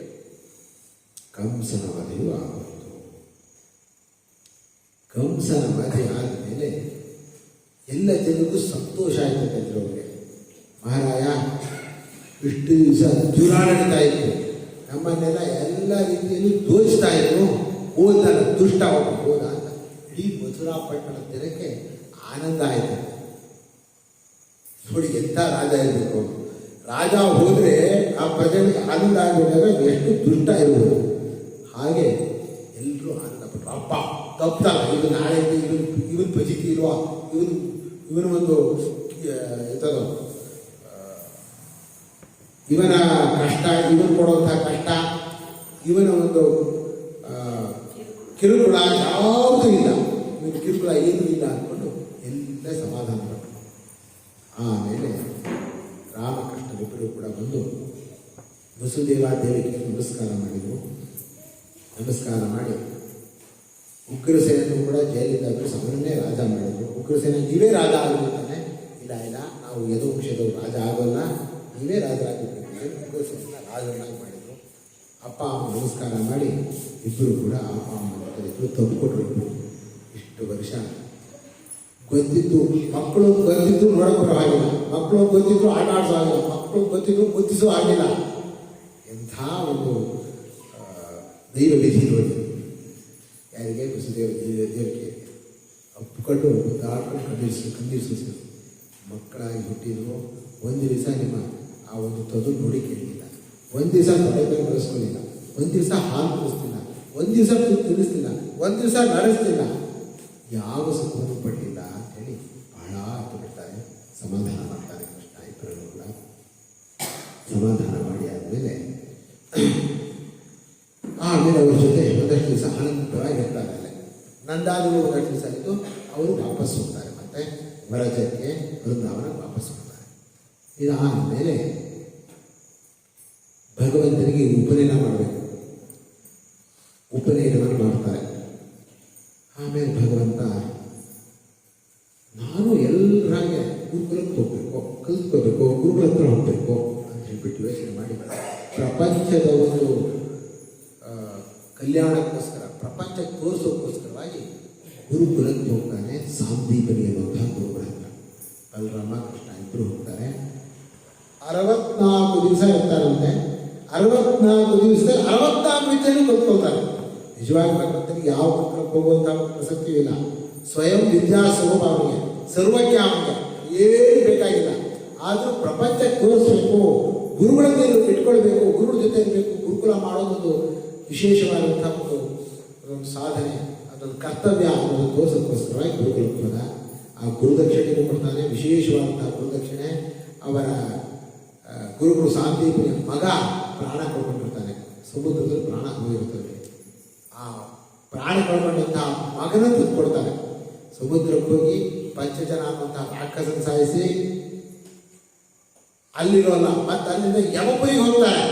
ಯಮಪುರಿಗೆ ಹೋಗಿ ಆಯ್ಕೆ ಮಾಡಿ ಯಮನಿಂದ ಗುರುಪುತ್ರವನ್ನು ಕರ್ಕೊಂಡು ಬಂದು ಗುರುಗಳಿಗೆ ಒಪ್ಪಿಸ್ತಾರೆ.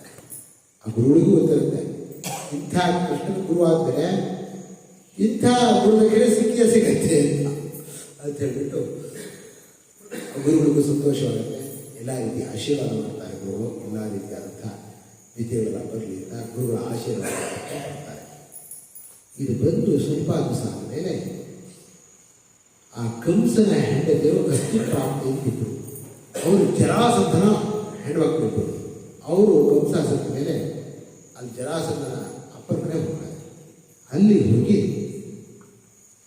ಜರಾಸಂಧನ ಹತ್ರ ತಮ್ಮ ದುಃಖ ತಗೊಳ್ತಾರೆ. ಹೋಗ್ಬಿಟ್ಟ, ನಮ್ಮ ಮನೆಯವ್ರು ಹೋಗ್ಬಿಟ್ಟ ಕೃಷ್ಣ. ಹಾಗೆ ಆ ಸದ್ದಿಗೆ ಜರಾಸಂಧ ಸೈನ್ಯ ಸಮೇತವಾಗಿ ಈ ಮಥುರಾ ಪಟ್ಟಣದ ಮೇಲೆ ಆಕ್ರಮಣ ಮಾಡಕ್ಕೆ ಬರ್ತಾರೆ.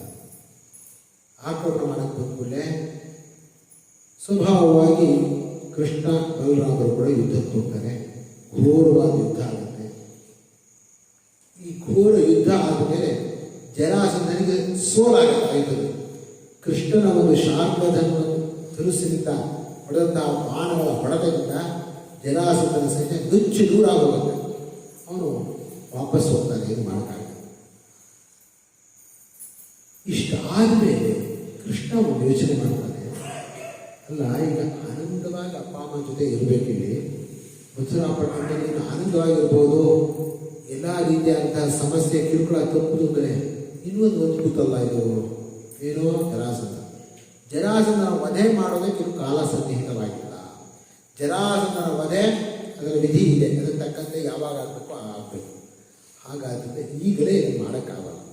ಸರಿ, ಅಲ್ಲಿವರೆಗೆ ಈ ಕಿರುಕುಳ ತಪ್ಪಿಸ್ಕೋಬೇಕು ಅದಕ್ಕೋಸ್ಕರವಾಗಿ ಭಗವಂತ ಇನ್ನೊಂದು ಪಟ್ಟಣವನ್ನು ರಚನೆ ಮಾಡ್ತಾನೆ. ದ್ವಾರಕಾ ಪಟ್ಟಣ. ಎಲ್ಲಿ? ಸಮುದ್ರದಲ್ಲಿ.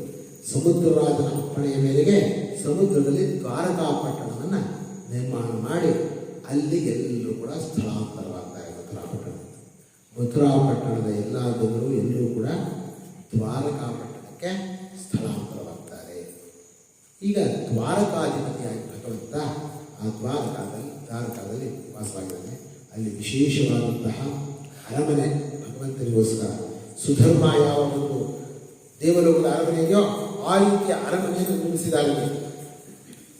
ಅಂಥ ಅರಮನೆಯಲ್ಲಿ ಇಟ್ಕೊಂಡು ಭಗವಂತ ದ್ವಾರಕಾ ಪಟ್ಟಣದಲ್ಲಿ ಆನಂದವಾಗಿ ಎಲ್ಲರ ಜೊತೆ ಇದ್ದ.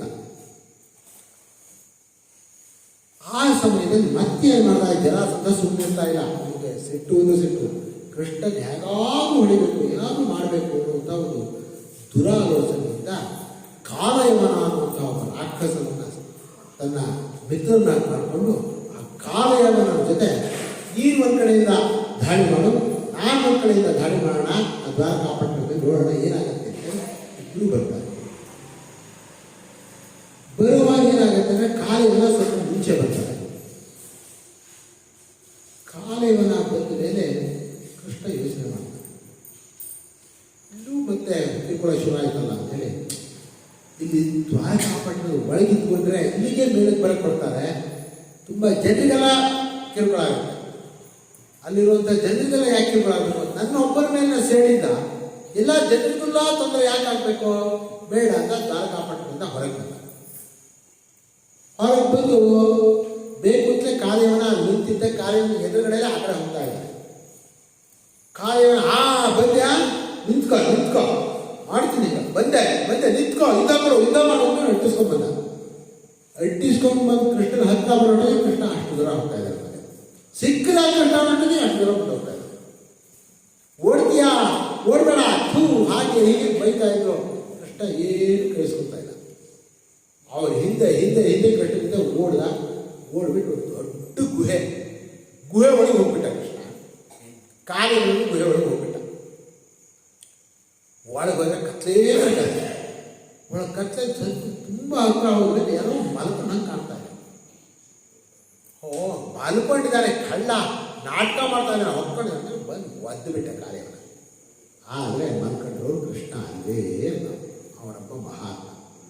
ಒದ್ದು ಗುಳ್ಳೆ ಎದ್ದ ಅವನು. ಎದ್ದು ಹೀಗೆ ತಿರುಗಿಕೊಂಡು ಹೀಗೆ ನೋಡ್ದ ಕಾಲಿಯವನ್ನ ಭಸ್ಮ ಆಗೋಗ್ಬಿಟ್ಟು. ಯಾರವನು ಮಲ್ಕೊಂಡವನು? ಮುಚುಕುಂದ. ಅವರು ಹಿಂದೆ ಇಕ್ಷ್ವಾಕು ವಂಶದಲ್ಲಿ ಹುಟ್ಟಿದಂತಹ ರಾಜ. ಅವನೇನು ಮಾಡ್ಕೊಂಡಿದ್ದ ಅಂದರೆ, ದೇವತೆಗಳು ರಾಕ್ಷಸರ ಜೊತೆ ಯುದ್ಧ ಮಾಡುವಾಗ ಇವನನ್ನು ಕರ್ಕೊಂಡೋಗಿದ್ರು, ಬಾ ನಮ್ಮ ಸಾಯಪ್ಪ. ಅದು ಯುದ್ಧ ಮಾಡ್ತಾ ಮಾಡ್ತಾ ಮಾಡ್ತಾ ಎಷ್ಟೋ ಯುದ್ಧ ಕಳ್ಬೋದು. ಈ ಹೆಂಡತಿ ಇಬ್ಬರು ಎಲ್ಲ ಹೋಗಾಗಿತ್ತು ವಾಪಸ್ ಬರೋಟಿಗೆ.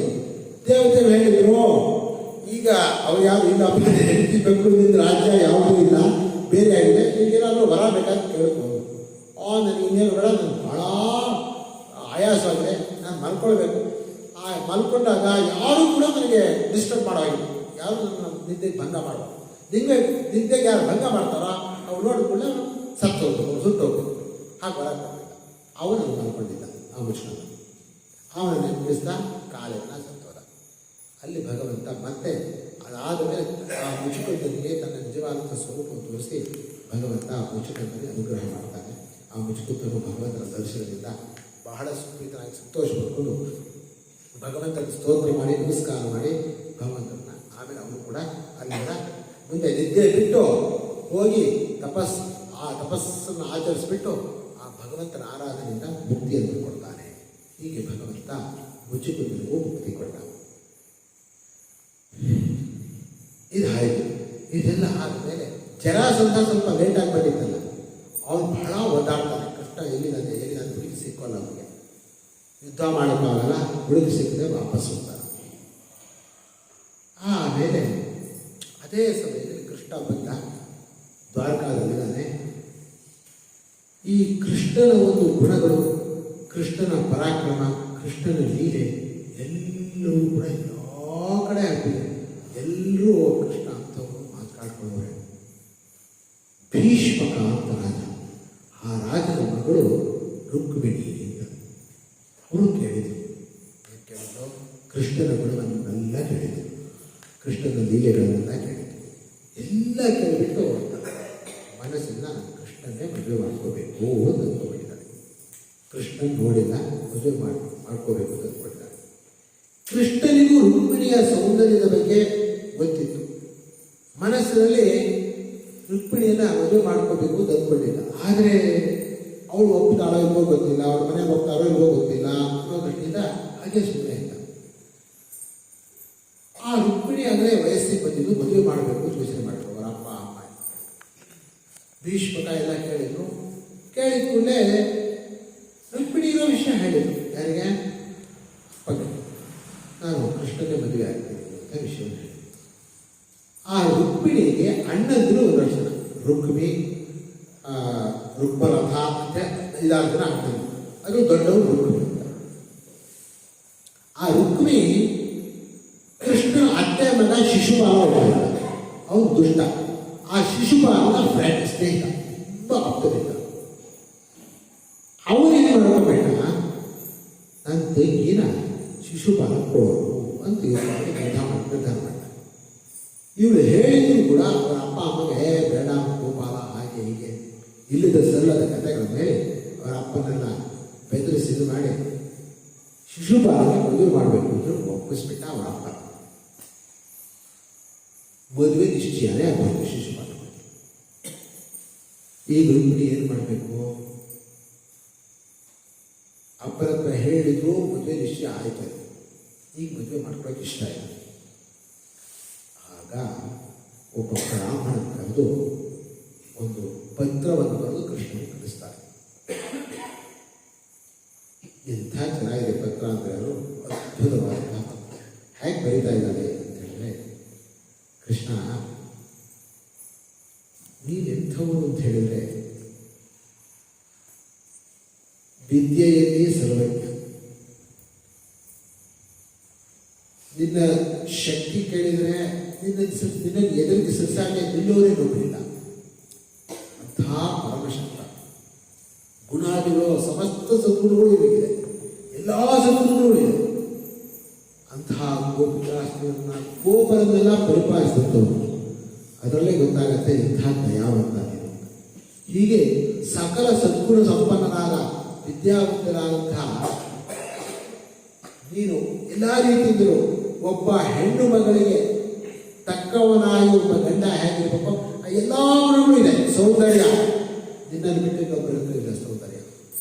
ನಿನ್ನನ್ನು ನೋಡಿದರೆ ಆ ಮನ್ಬದ್ರು ತಲೆಗೆ ತೆಗೆಸ್ಕೊಂಡು ಹೋಗ್ತಾನೆ. ಅಂತಹ ಸೌಂದರ್ಯ ಇರ್ಬೋದು, ವಿದ್ಯೆ ಇರ್ಬೋದು, ಕುಲ ಇರ್ಬೋದು, ಸಂಪತ್ತು ಇರ್ಬೋದು, ಏನ್ ಕೇಳಿದ್ರು ಎಲ್ಲಕ್ಕೂ ಕೂಡ ಉಗ್ರಗಣ್ಯನಾಗಿರೋ ನಿನಗೆ ಸರಿಸಾಟಿದ್ರು ಪ್ರಪಂಚದಲ್ಲಿ ಯಾರು ಇಲ್ಲ.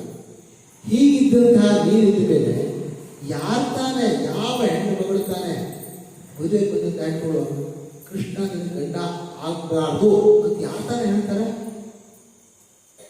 ಸಹಜವಾಗಿ ನಾನು ಹಾಕಿ ನಿನ್ನ ಇಷ್ಟಪಡ್ತೀನಿ, ಈಗ ನನ್ನ ಗಂಡ ಆಗ್ಬೇಕು, ಜೊತೆಯಲ್ಲಿ ಗಂಡ ಆಗ್ಬೇಕು ಅನ್ನೋದಲ್ಲ, ಮನಸ್ಸಿನಲ್ಲಿ ಇದನ್ನು ಮದುವೆ ಮಾಡ್ಬೋದಾಗಿದೆ.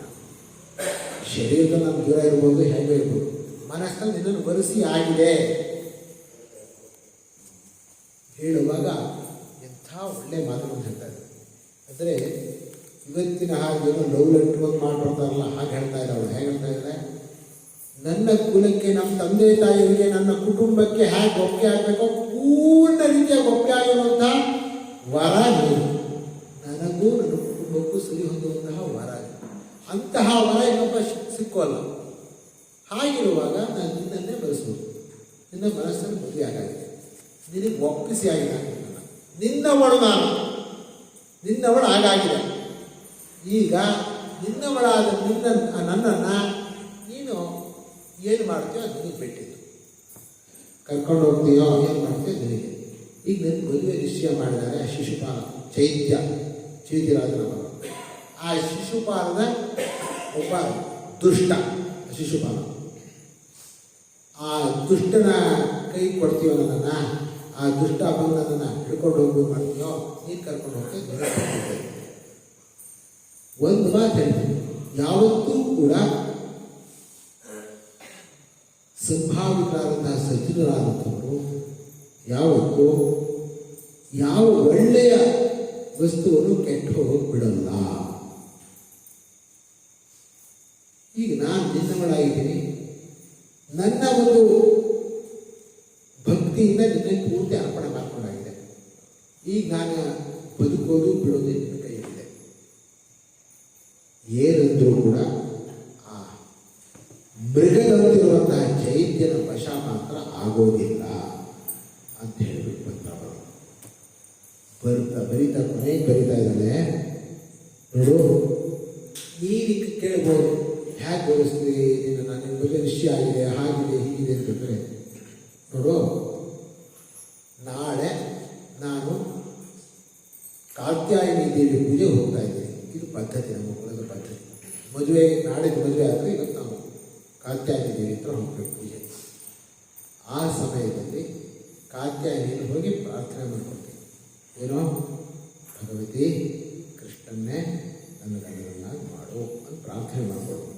ಅಲ್ಲಿಂದ ಬಂದ ಮೇಲೆ ನೀನು ಕರ್ಕೊಂಡು ಹೋಗ್ಬೇಕು. ಅಲ್ಲಿ ಬರ್ತಾ ಇರೋ ನಿನ್ನ ನನ್ನನ್ನು ಕರ್ಕೊಂಡು ಹೋಗ್ಬಿಡೋದು. ರಾಕ್ಷಸ ವಿಧಿ ಈ ಮದುವೆಯಲ್ಲಿ ಕ್ಷತ್ರಿಯಲ್ಲಿ ಇದು ಉಂಟು. ಅಂದರೆ ಈ ರೀತಿ ಮದುವೆ ಆಗೋದು ಅದರ ಒಪ್ಪಿಗೆ ಇದ್ದರೆ ಹೆಣ್ಣು ಮನೆಗೆ ಹೀಗೆ ಬಂದರು. ಇಲ್ಲಿ ಬರೀತ ಅವಳು ಕೇವಲ ಒಂದು ಶರೀರದ ಸೌಂದರ್ಯವನ್ನು, ಕಾಮದ ವಾಸನೆಯನ್ನು ತೋರಿಸ್ಕೊಳ್ಳಿಲ್ಲ. ಏನು ಹೇಳಿದ್ದು, ಎಲ್ಲ ರೀತಿಯಿಂದಲೂ ನನಗೆ ಸರಿಗಟ್ಟುವಂತಹ ವರ ಅಂತ ಬರೆದು ಬಿಟ್ಟು ಒಬ್ಬರು ಬ್ರಾಹ್ಮಣನ ಕೈ ಕೊಟ್ಟು ಕೃಷ್ಣನ ಹೋಗಿ ಕಳಿಸೋದು. ಆ ಬ್ರಾಹ್ಮಣ ಬಂದ ಕೃಷ್ಣ ಹತ್ರ ಕೊಟ್ಟ. ಕೃಷ್ಣ ಎಲ್ಲ ಓದಾಯಿತು. ಓದಿ ಅಂದರೆ ಏನು ಮಾಡಬೇಕೀಗ, ನಾನು ಉಳಿಯೋದು ಸಾಯೋದು ನಿನ್ನ ಕೈಯಲ್ಲಿದೆ ಅಂತ ಹೇಳಿಬಿಟ್ಟಿದ್ದಾಳೆ. ಎಲ್ಲ ಓದಿ ಆದ್ಮೇಲೆ ಕೃಷ್ಣ ಸರಿ ರಥ ಕಟ್ಟಪ್ಪ ಅಂತ. ರಥ ಕಟ್ಟಿದ್ರು. ದಾರುಕ ಬಂದ. ದಾರುಕ ಕೃಷ್ಣನ ಸಾರಥಿ. ಸುಗ್ರೀವಾದಿಗಳು ಕೃಷ್ಣನ ಕುದುರೆಗಳ ಹೆಸರು. ಕಟ್ಟಿದ. ಎಲ್ಲಿ ಹೋಗ್ಬೇಕು? ಬೇಗ ಹೋಗ್ಬೇಕು. ಎಲ್ಲಿ? ಭೀಷ್ಮಕರಾಜನ ಸ್ಥಾನಕ್ಕೆ ಅಲ್ಲಿ ಹೋಗ್ಬೇಕು. ಸಮಯ ಆಯ್ತಾ ಇಲ್ವಾ? ಭೀಷ್ಮಕರಾಜನ ಹತ್ರ ಹೋಗ್ಬೇಕು. ಬೇಗ ಹೋಗ್ಬೇಕು. ಹೊರಟ. ಇಲ್ಲಿ ಏನಾಗಿದೆ? ಮದುವೆಗೆ ಕೃಷ್ಣನು ಕರೆದಿಲ್ಲ. ಆದರೆ ಮದುವೆ ನಿಶ್ಚಯ ಮಾಡಿರೋದು ಯಾರ ಜೊತೆಗೆ? ಶಿಶುಪಾಲ ಜೊತೆ. ಮದುವೆಗೆ ಕೃಷ್ಣನು ಕರೆದಿಲ್ಲ, ಆದರೆ ನಿಶ್ಚಯ ಮಾಡಿದ್ರು ಶಿಶುಪಾಲ. ಕೃಷ್ಣ ಹೋದ. ಅಲ್ಲಿ ಹೋದ್ಮೇಲೆ ಯಾರು ಕೃಷ್ಣ ತಡೆಯಿಲ್ಲ. ಕೃಷ್ಣನು ಉಪಚಾರ ಮಾಡಿದ್ರು. ಅವನ ಮದುವೆ ಬಂದಿರಪ್ಪ. ಮದುವೆ ಬಂದವ್ರು ಹೇಗೆ ನೋಡ್ಕೊಳ್ಬೇಕು, ಅತಿಥಿಗಳು ನೋಡ್ಕೊಂಡು ಮನೆ ಉಳಿಸಿದ್ರು, ಎಲ್ಲ ಮಾಡಿದ್ರು. ಅಲ್ಲಾಗಲೇ ಗೊತ್ತಾಗಿದೆ ಏನೋ ಶಿಶುಪಾಲ ಕಡೆಯವರು ಜರಾಸಂಧ ಅಷ್ಟು ಜನರಿಗೂ ಕೃಷ್ಣ ಬರ್ತಾ ಇದ್ರೆ ಗೋಪಾನ ನೋಡ್ಕೋಬೇಕು. ಇವನೇನಾದರೂ ಮಾಡ್ತಾನೆ ಕಿತಾಪತಿ, ರುಕ್ಮಿಣಿನ ಹೊತ್ಕೊಂಡು ಹೋಗೋದು ಮಾಡ್ತಾನೆ, ನಾವು ತಡಿಬೇಕು, ಯುದ್ಧಕ್ಕೆ ಸನ್ನದ್ಧರಾಗಿರಬೇಕು, ಶಿಶುಪಾಲ ಕಡೆ ಇರಬೇಕು ಅಂದರೆ ಎಲ್ಲ ಸನ್ನದ್ಧರಾಗಿದ್ದಾರೆ. ಈ ವಿಚಾರ ಬಲರಾಮನಿಗೂ ಗೊತ್ತಾಯ್ತೀನಿ. ಕೃಷ್ಣ ಒಬ್ಬನೇ ಹೋಗಿದ್ದಾನೆ. ಕೃಷ್ಣ ಬಲರಾಮನಿಗೂ ಹೇಳಿಲ್ಲ, ಒಬ್ಬನೇ ಹೋಗಿದ್ದಾನೆ. ಓಹೋ, ಕೃಷ್ಣ ಒಬ್ಬನೇ ಹೋಗಿದ್ದಾನೆ. ಅಲ್ಲ, ಅವರೆಲ್ಲ ತಯಾರಿ ಮಾಡ್ತಾ ಇದ್ದಾರೆ. ಅಕಸ್ಮಾತ್ ಕೃಷ್ಣ ಏನಾದರೂ ರುಕ್ಮಿಣಿನ ಕರ್ಕೊಂಡು ಹೋಗ್ಬೋದ್ರೆ ಯುದ್ಧ ಮಾಡ್ಕೊಂಡು ತಯಾರು ಮಾಡ್ತಾ ಇದ್ದಾರೆ. ಬಲರಾಮ ಏನು ಮಾಡ್ದ? ಇಡೀ ಯದು ಸೈನ್ಯವನ್ನ ರೆಡಿಯಾಗಿಲ್ಲ ಅಂತ ಯದು ಮಿಲಿಟರಿ ಪೂರ್ತಿ ಯದು ಸೈನ್ಯವನ್ನ ರೆಡಿ ಮಾಡಿ ಅಲ್ಲಿ ಕಳಿಸ್ತಾ. ಅವ್ರ ಯುದ್ಧಕ್ಕೂ ನಾವು ಹೊಡೆಯೋದು ಅಂತ ಎರಡು ಕಡೆ ಸರಿಯಾಗಿರಬೇಕು ಅಂತ ಇವ್ರು ಕಳಿಸಿ. ಸರಿ ಆಯಿತು. ಬರೋ ದಿವಸ ಬರ್ತಾ ಇದ್ದಾಳೆ. ಅವಳಿಗೆ ರುಕ್ಮಿಣಿಗೆ ಮನಸ್ಸಿಗೆ ಎದಗುದಿ. ಆ ಬ್ರಾಹ್ಮಣ ಹೋಗೋದು ವಾಪಸ್ಸು ಬಂದಿಲ್ಲ. ಹೊರಡ್ತಾ ಇದ್ದಾಳೆ. ಕಾತ್ಯಾಯನಿ ದೇವಸ್ಥಾನಕ್ಕೆ ಹೋಗಬೇಕು. ದುರ್ಗಾಂಬ ದೇವಸ್ಥಾನಕ್ಕೆ, ಅಂಬೆಯ ಯಗಂಬಾದೇವಿ ದೇವಸ್ಥಾನಕ್ಕೆ ಹೋಗ್ತಾ ಇರಬೇಕು. ಆಗಲೇ ಟೈಮ್ ಬಂದಾಯಿತು. ಆ ಬ್ರಾಹ್ಮಣ ಬಂದಿಲ್ಲ. ಏನಾಗುತ್ತೋ ಗೊತ್ತಿಲ್ಲ. ಕೃಷ್ಣ ಬರ್ತಾರೋ ಇಲ್ಲೋ ಗೊತ್ತಿಲ್ಲ ಅಂತ ಮನಸ್ಸಲ್ಲಿ ಎದಗುದಿ ಆಗ್ತಾ ಇದೆ. ಹತ್ತಿದ್ದು ರಥ ಹತ್ತಿ ನೋಡ್ತಾ ಇದ್ದಾಗ ಕೂದಲೆಲ್ಲ ಬ್ರಾಹ್ಮಣ ಕಂಡ. ಬ್ರಾಹ್ಮಣ ಕಂಡ ಮೇಲೆ ಸ್ವಲ್ಪ ಸಮಾಧಾನ ಆಯಿತು. ಆದರೂ ಪೂರ್ತಿ ಸಮಾಧಾನ ಆಗಿಲ್ಲ. ಏನು ಉತ್ತರ ಬಂದಿದೆ ಅಂತ ಗೊತ್ತಾಗ್ತಾ ಇಲ್ವಲ್ಲ. ಬ್ರಾಹ್ಮಣ ನೋಡ್ತಾ ಇದ್ದಾರೆ. ಆ ಬ್ರಾಹ್ಮಣ ನಿಂತ್ಕೊಂಡು ಅಂತ ಏನಂದ? ಹೀಗಂತ ಆಗಿದ್ದ. ಹಾಗಂದು ಕೂಡ ಪರಮ ಸಂತೋಷ ಆಗೋಯ್ತು ರುಕ್ಮಿಣಿಗೆ. ಸರಿ ಹಾಗಾದ್ರೆ ಅಂತಂದು ಇನ್ನೇನು ಯೋಚನೆ ಇಲ್ಲಲ್ಲ, ಬೇಗ ರೆಡಿಯಾಗಿ ಹೋಗ್ತಾ ಇದ್ದಾರೆ ದುರ್ಗಾಂಬ ದೇವಸ್ಥಾನಕ್ಕೆ. ದುರ್ಗಾಂಬ ದೇವಸ್ಥಾನಕ್ಕೆ ಹೋದ್ರು. ಅಂಬೆಯಲ್ಲಿ ಜಗದಂಬೆ ಹತ್ರ ಪ್ರಾರ್ಥನೆ ಮಾಡ್ಕೊಳ್ತಾ ಇದ್ದಾರೆ. ಪೂಜೆ ಮಾಡಿದ್ರು, ನೈವೇದ್ಯಾದಿಗಳು ಮಾಡಿದ್ರು. ಚೆನ್ನಾಗಿ ಪೂಜೆ ಮಾಡಿಬಿಟ್ಟು ಪ್ರಾರ್ಥನೆ ಮಾಡ್ಕೊಳ್ತಾ ಇರ್ತಾನೆ. ಅಮ್ಮ, ಆ ಕೃಷ್ಣನೇ ಗಂಡನಾಗಬೇಕು, ಅವಳನ್ನೇ ಗಂಡ ಆಗೋ ಹಾಗೆ ಅನುಗ್ರಹ ಮಾಡು ಹೇಳ್ಕೊಡು. ಯಾರವಳು? ಕೃಷ್ಣನ ತಂಗಿ. ಕೃಷ್ಣನ ಮನಸ್ಸಿಗೆ ಕೃಷ್ಣನ ತಂಗಿ ಅಂತ ಕೇಳ್ಕೊಳ್ತಾ ಇದ್ದಾಳೆ. ನೀನೇ ಅಣ್ಣಗೆ ಹೇಳಬೇಕು, ನನಗೆಲ್ಲ ಮಾಡಿಸ್ಬೇಕು ಹೇಳಿದ್ಬಿಟ್ಟೆ. ಎಲ್ಲ ಅನುಗ್ರಹವಾಯಿತು. ಹೂ ಬಿತ್ತು, ಪ್ರಸಾದ ಕೊಟ್ಕೊಂಡು ವಾಪಸ್ ಬರ್ತಾ ಇದ್ದಾನೆ. ಬರ್ತಾ ಸ್ವಲ್ಪ ದೂರ ಬರೋ ಅಷ್ಟೊತ್ತಿಗೆ ಕೃಷ್ಣ ರಥ ತಗೊಂಬಂದ. ಕೈ ಚಾಚನ, ಕೈ ಕೊಟ್ಟು ಎಳ್ಕೊಂಡ ಮೇಲಕ್ಕೆ ರಥ ಮಾಡ್ಕೊಂಡು ಹೋಗ್ತಾ ಇದ್ದಾನೆ. ಕೃಷ್ಣರು ಎತ್ತು ಕೂಡ ಹೋದ ಕೂಡ ಪಕ್ಕದ ಸೇವಕರು ಕಟ್ಟಿದ್ರು. ಏನೋ ಆಯ್ತು, ಓಡ್ ಬಂದು ಹೇಳ್ತಾ ಇದ್ದಾನೆ. ಹೀಗಾಯ್ತು, ರುಕ್ಮಿಣಿ ಕರ್ಕೊಂಡು ಕೃಷ್ಣ ಹೋಗ್ಬಿಟ್ಟ. ಒಪ್ಕೊಂಡು ಹೋಗಿರೋದು. ರುಕ್ಮಿಣಿ ಒಪ್ಕೊಂಡಿದ್ದಾನೆ, ಕೃಷ್ಣನೂ ಒಪ್ಕೊಂಡಿದ್ದಾನೆ. ಮಾತು ಬಂದಿದ್ದು ಹೇಗೆ? ಕೃಷ್ಣ ಎತ್ಕೊಳ್ಳೋದು. ಇದು ಯಾವ ನ್ಯಾಯ? ಇಬ್ರು ಒಪ್ಕೊಳ್ಳಿ. ಅವಳು ಒಪ್ಕೊಳ್ಳೋದ್ರೆ ಕೃಷ್ಣ ಯಾಕೆ ಹೋಗ್ತಿದ್ದಾನೆ? ಈಗ ಇಬ್ರು ಒಪ್ಕೊಂಡಿದ್ರು ಕೂಡ ಕೃಷ್ಣ ಎತ್ಕೊಂಡು ಹೋದ ಅಂತ ಹೇಳಿದ್ರು. ಹೇಳಿದ್ರು ಕೂಡ ಯಾರಲ್ಲ ಜರಾಸಂಧ ಇತ್ಯಾದಿಗಳು ಶಿಶುಪಾಲ ಬರೋ ಹಾಗಿಲ್ಲ. ಯಾಕೆ ಬರ, ಅವ್ನು ಡ್ರೆಸ್ ಮಾಡ್ಕೊಂಡು ಕೂತಿಯಾನೆ ಚೆನ್ನಾಗಿ. ನಾಳೆ ಮದುವೆ ಚೆನ್ನಾಗಿ ನಾನು ಮದುವೆ ಮಾಡ್ಕೊಂಡು ಮಂಟಪದಲ್ಲಿ ಕೂತ್ಕೋಬೇಕು, ನಮಸ್ಕಾರ ಡ್ರೆಸ್ ಮಾಡ್ಕೊಂಡು ಕೂತ್ಕೊಂಡು ಅದಕ್ಕೆ ಆಯಿತು. ಡ್ರೆಸ್ ಎಲ್ಲ ಬಿಗಿತು. ಜರಾಸಂಧ ಯೋಚನೆ ಮಾಡಬೇಡ, ಬಂದ್ಬಿಟ್ಟೆ ಈ ಕೃಷ್ಣ ಹೊರ ಕರ್ಕೊಂಡ್ಬಂದ್ಬಿಡ್ತೀವಿ, ಏನಾದ್ರು ಬಿಡೋದುಂಟ ಅಂತ ಎಲ್ಲ ಬಂದರು. ಆ ಕಡೆ ಹೊಡಿತೀವಿಂದ ಅವ್ರು ಬರ್ತಾ ಇರೋ ವಿಚಾರ ಇಲ್ಲಾಗಲೇ ಬಲರಾಮ ಗೊತ್ತಾಗೋಯ್ತು. ಅಡ್ಡಗಟ್ಟಿದ್ರು, ಯದು ಸೈನ್ಯದ ಮುಂದೆ ಅಡ್ಡಗಟ್ಟಿದ್ರು. ಅವರ ಸೈನ್ಯದ ಜೊತೆ ಯದು ಸೈನ್ಯದ ಯುದ್ಧ. ಯದು ಸೈನ್ಯರು ಮಹಾವೀರರು, ಸಾತ್ವಿಕಿ ಇತ್ಯಾದಿಗಳು. ಅವರ ಮುಂದೆ ನಡೆಯಲಿಲ್ಲ. ಏನು ನುಚ್ಚು ನೂರಾದರು ಬಾಳು ಓಡಿಸಿದರು. ಜರಾಸಂಧ ಹಾಗೆ ಎಲ್ಲರೂ ಓಡೋದು. ಅಷ್ಟೂ ಜನ ಹೋದರೂ ಕೂಡ ಒಬ್ಬ ಮಾತ್ರ ಅಟ್ಟಿಸ್ಕೊಂಡ. ರುಕ್ಮಿಣಿಯ ಅಣ್ಣ ಅಟ್ಟಿಸ್ಕೊಂಡ. ಶಿಶುಪಾಲನೆ ಯೋಚನೆ ಮಾಡೋಣ, ಬರ್ತೀನಿ, ಆ ಕೃಷ್ಣನ ಸಾಯಿಸಿ ರುಕ್ಮಿಣಿ ಕಟ್ಕೊಂಡು ಬರೋವರೆಗೆ ನಾನು ಇಲ್ಲಿಗೆ ನಾನು ಪ್ರವೇಶ ಅದರ ಪ್ರವೇಶನೇ ಮಾಡ ಅಂತ ಪ್ರತಿಜ್ಞೆ ಮಾಡಿಬಿಟ್ಟ. ಅವನು ಪ್ರತಿಜ್ಞೆ ಮಾಡಿ ಬರ್ತಾ ಇದ್ದಾನೆ. ಬಂದ, ಒಬ್ಬನೇ ಉಳ್ಕೊಂಡು ಬಂದ. ಹಿಂದೆನೆ ಬರ್ತಾ ಇದ್ದಾನೆ, ಕೃಷ್ಣನ ಹಿಂದೆನೆ. ಕೃಷ್ಣ ಮಗ ಹೋಗ್ತಾ ಇದೆ, ರುಕ್ಮಿಣಿ ಕರ್ಕೊಂಡು ಹೋಗ್ತಾ ಇದ್ದಾನೆ, ಹಿಂದೆನೆ ಬಂದ. ಎಲ್ಲ ಹೋಗ್ತೀಯಾ, ನನ್ನ ತಂಗಿ ಹೇಳ್ಕೊಂಡು ಹೋಗ್ತಾ ಇದ್ದೆ, ಬಾರ ಬಂದು ಅಂದ್ಕೊಂಡು ಬರ್ತಾ ಇದ್ದಾನೆ. ಕೃಷ್ಣ ನೋಡ್ದ, ಏನೋ ಸುಮ್ಮನೆ ಮಾತಾಡ್ತಾನೆ. ಇಲ್ಲ ಬಾಣನ ಹೊಡ್ಬಿಡೋದ. ಹೊಡೆದ್ಕೊಳ್ಳಿ, ಬಾಣ ಹೊಡಿತೀಯಾ ಅಂತ ತಗೊಂಡ ಧನಸ್ಸನ್ನು ಶಾಖ ಹೊಡೆದ. 4 ಬಾಣ ಹೊಡೆದ್ಕೊಳ್ಳೆ ಕುದುರೆ ಸತ್ತೋಯ್ತು. ಬಿಲ್ ತುಂಡು ಮಾಡ್ದ. ಮೊದಲೇ ಏಟ್ ಕೊಡೋಣ, ಬಿಲ್ ತುಂಡು ಮಾಡ್ದ. ಇನ್ನೊಂದು ಬಿಲ್ ತಗೊಂಡ, ಅದರಿಂದ ಬಾಣ ಮಾಡ್ದ. ಆ ಬಿಲ್ಲನ್ನು ತುಂಡು ಮಾಡ್ದ. ಈಗ 2-3 ಬಿಲ್ಲನ್ನು ತುಂಡು ಮಾಡಿದ ಮೇಲೆ ಅವನು ಏನು ಮಾಡ್ದ, ರಥದಿಂದ ನೆಗಲು ಕತ್ತಿ ಹಿಡ್ಕೊಂಡು ಬರ್ತಾ ಇದ್ದಾನೆ. ಒಂದು ಬಿಡ್ತೀನಿ ನಾ ಕೃಷ್ಣನ ಅಂತ. ರಥದಿಂದ ಕೊಡ್ತಿ ಹಿಡ್ಕೊಂಡು ಬರ್ತಾ ಇದೀನಿ ಅಂತ ಆ ಕತ್ತಿಗೂ ಬಾಣ ಹೊಡೆದ. ಕತ್ತಿ ನುಚ್ಚುನೂರಾಯಿತು. ಈಗ ಕೃಷ್ಣನಿಗೆ ಸಿಟ್ಟು ಏರ್ಬಿಡ್ತು. ಇಷ್ಟೊತ್ತು ಏನೋ ಪಾಪ ಯುದ್ಧ ಮಾಡ್ತಾ ಇದ್ದಾನೆ, ಸ್ವಲ್ಪ ಏರ್ತಿದ್ದು ಹೋಗ್ಲಿ ಬಿಟ್ರೆ ಕತ್ತಿ ಹಿಡ್ಕೊಂಡು ಸಾಯಿಸ್ತೀನಿ ಅಂತ ಬರ್ತೀವಿ ಅಂತ ಕತ್ತಿ ತೆಗೆದು ನುಗ್ಗದ.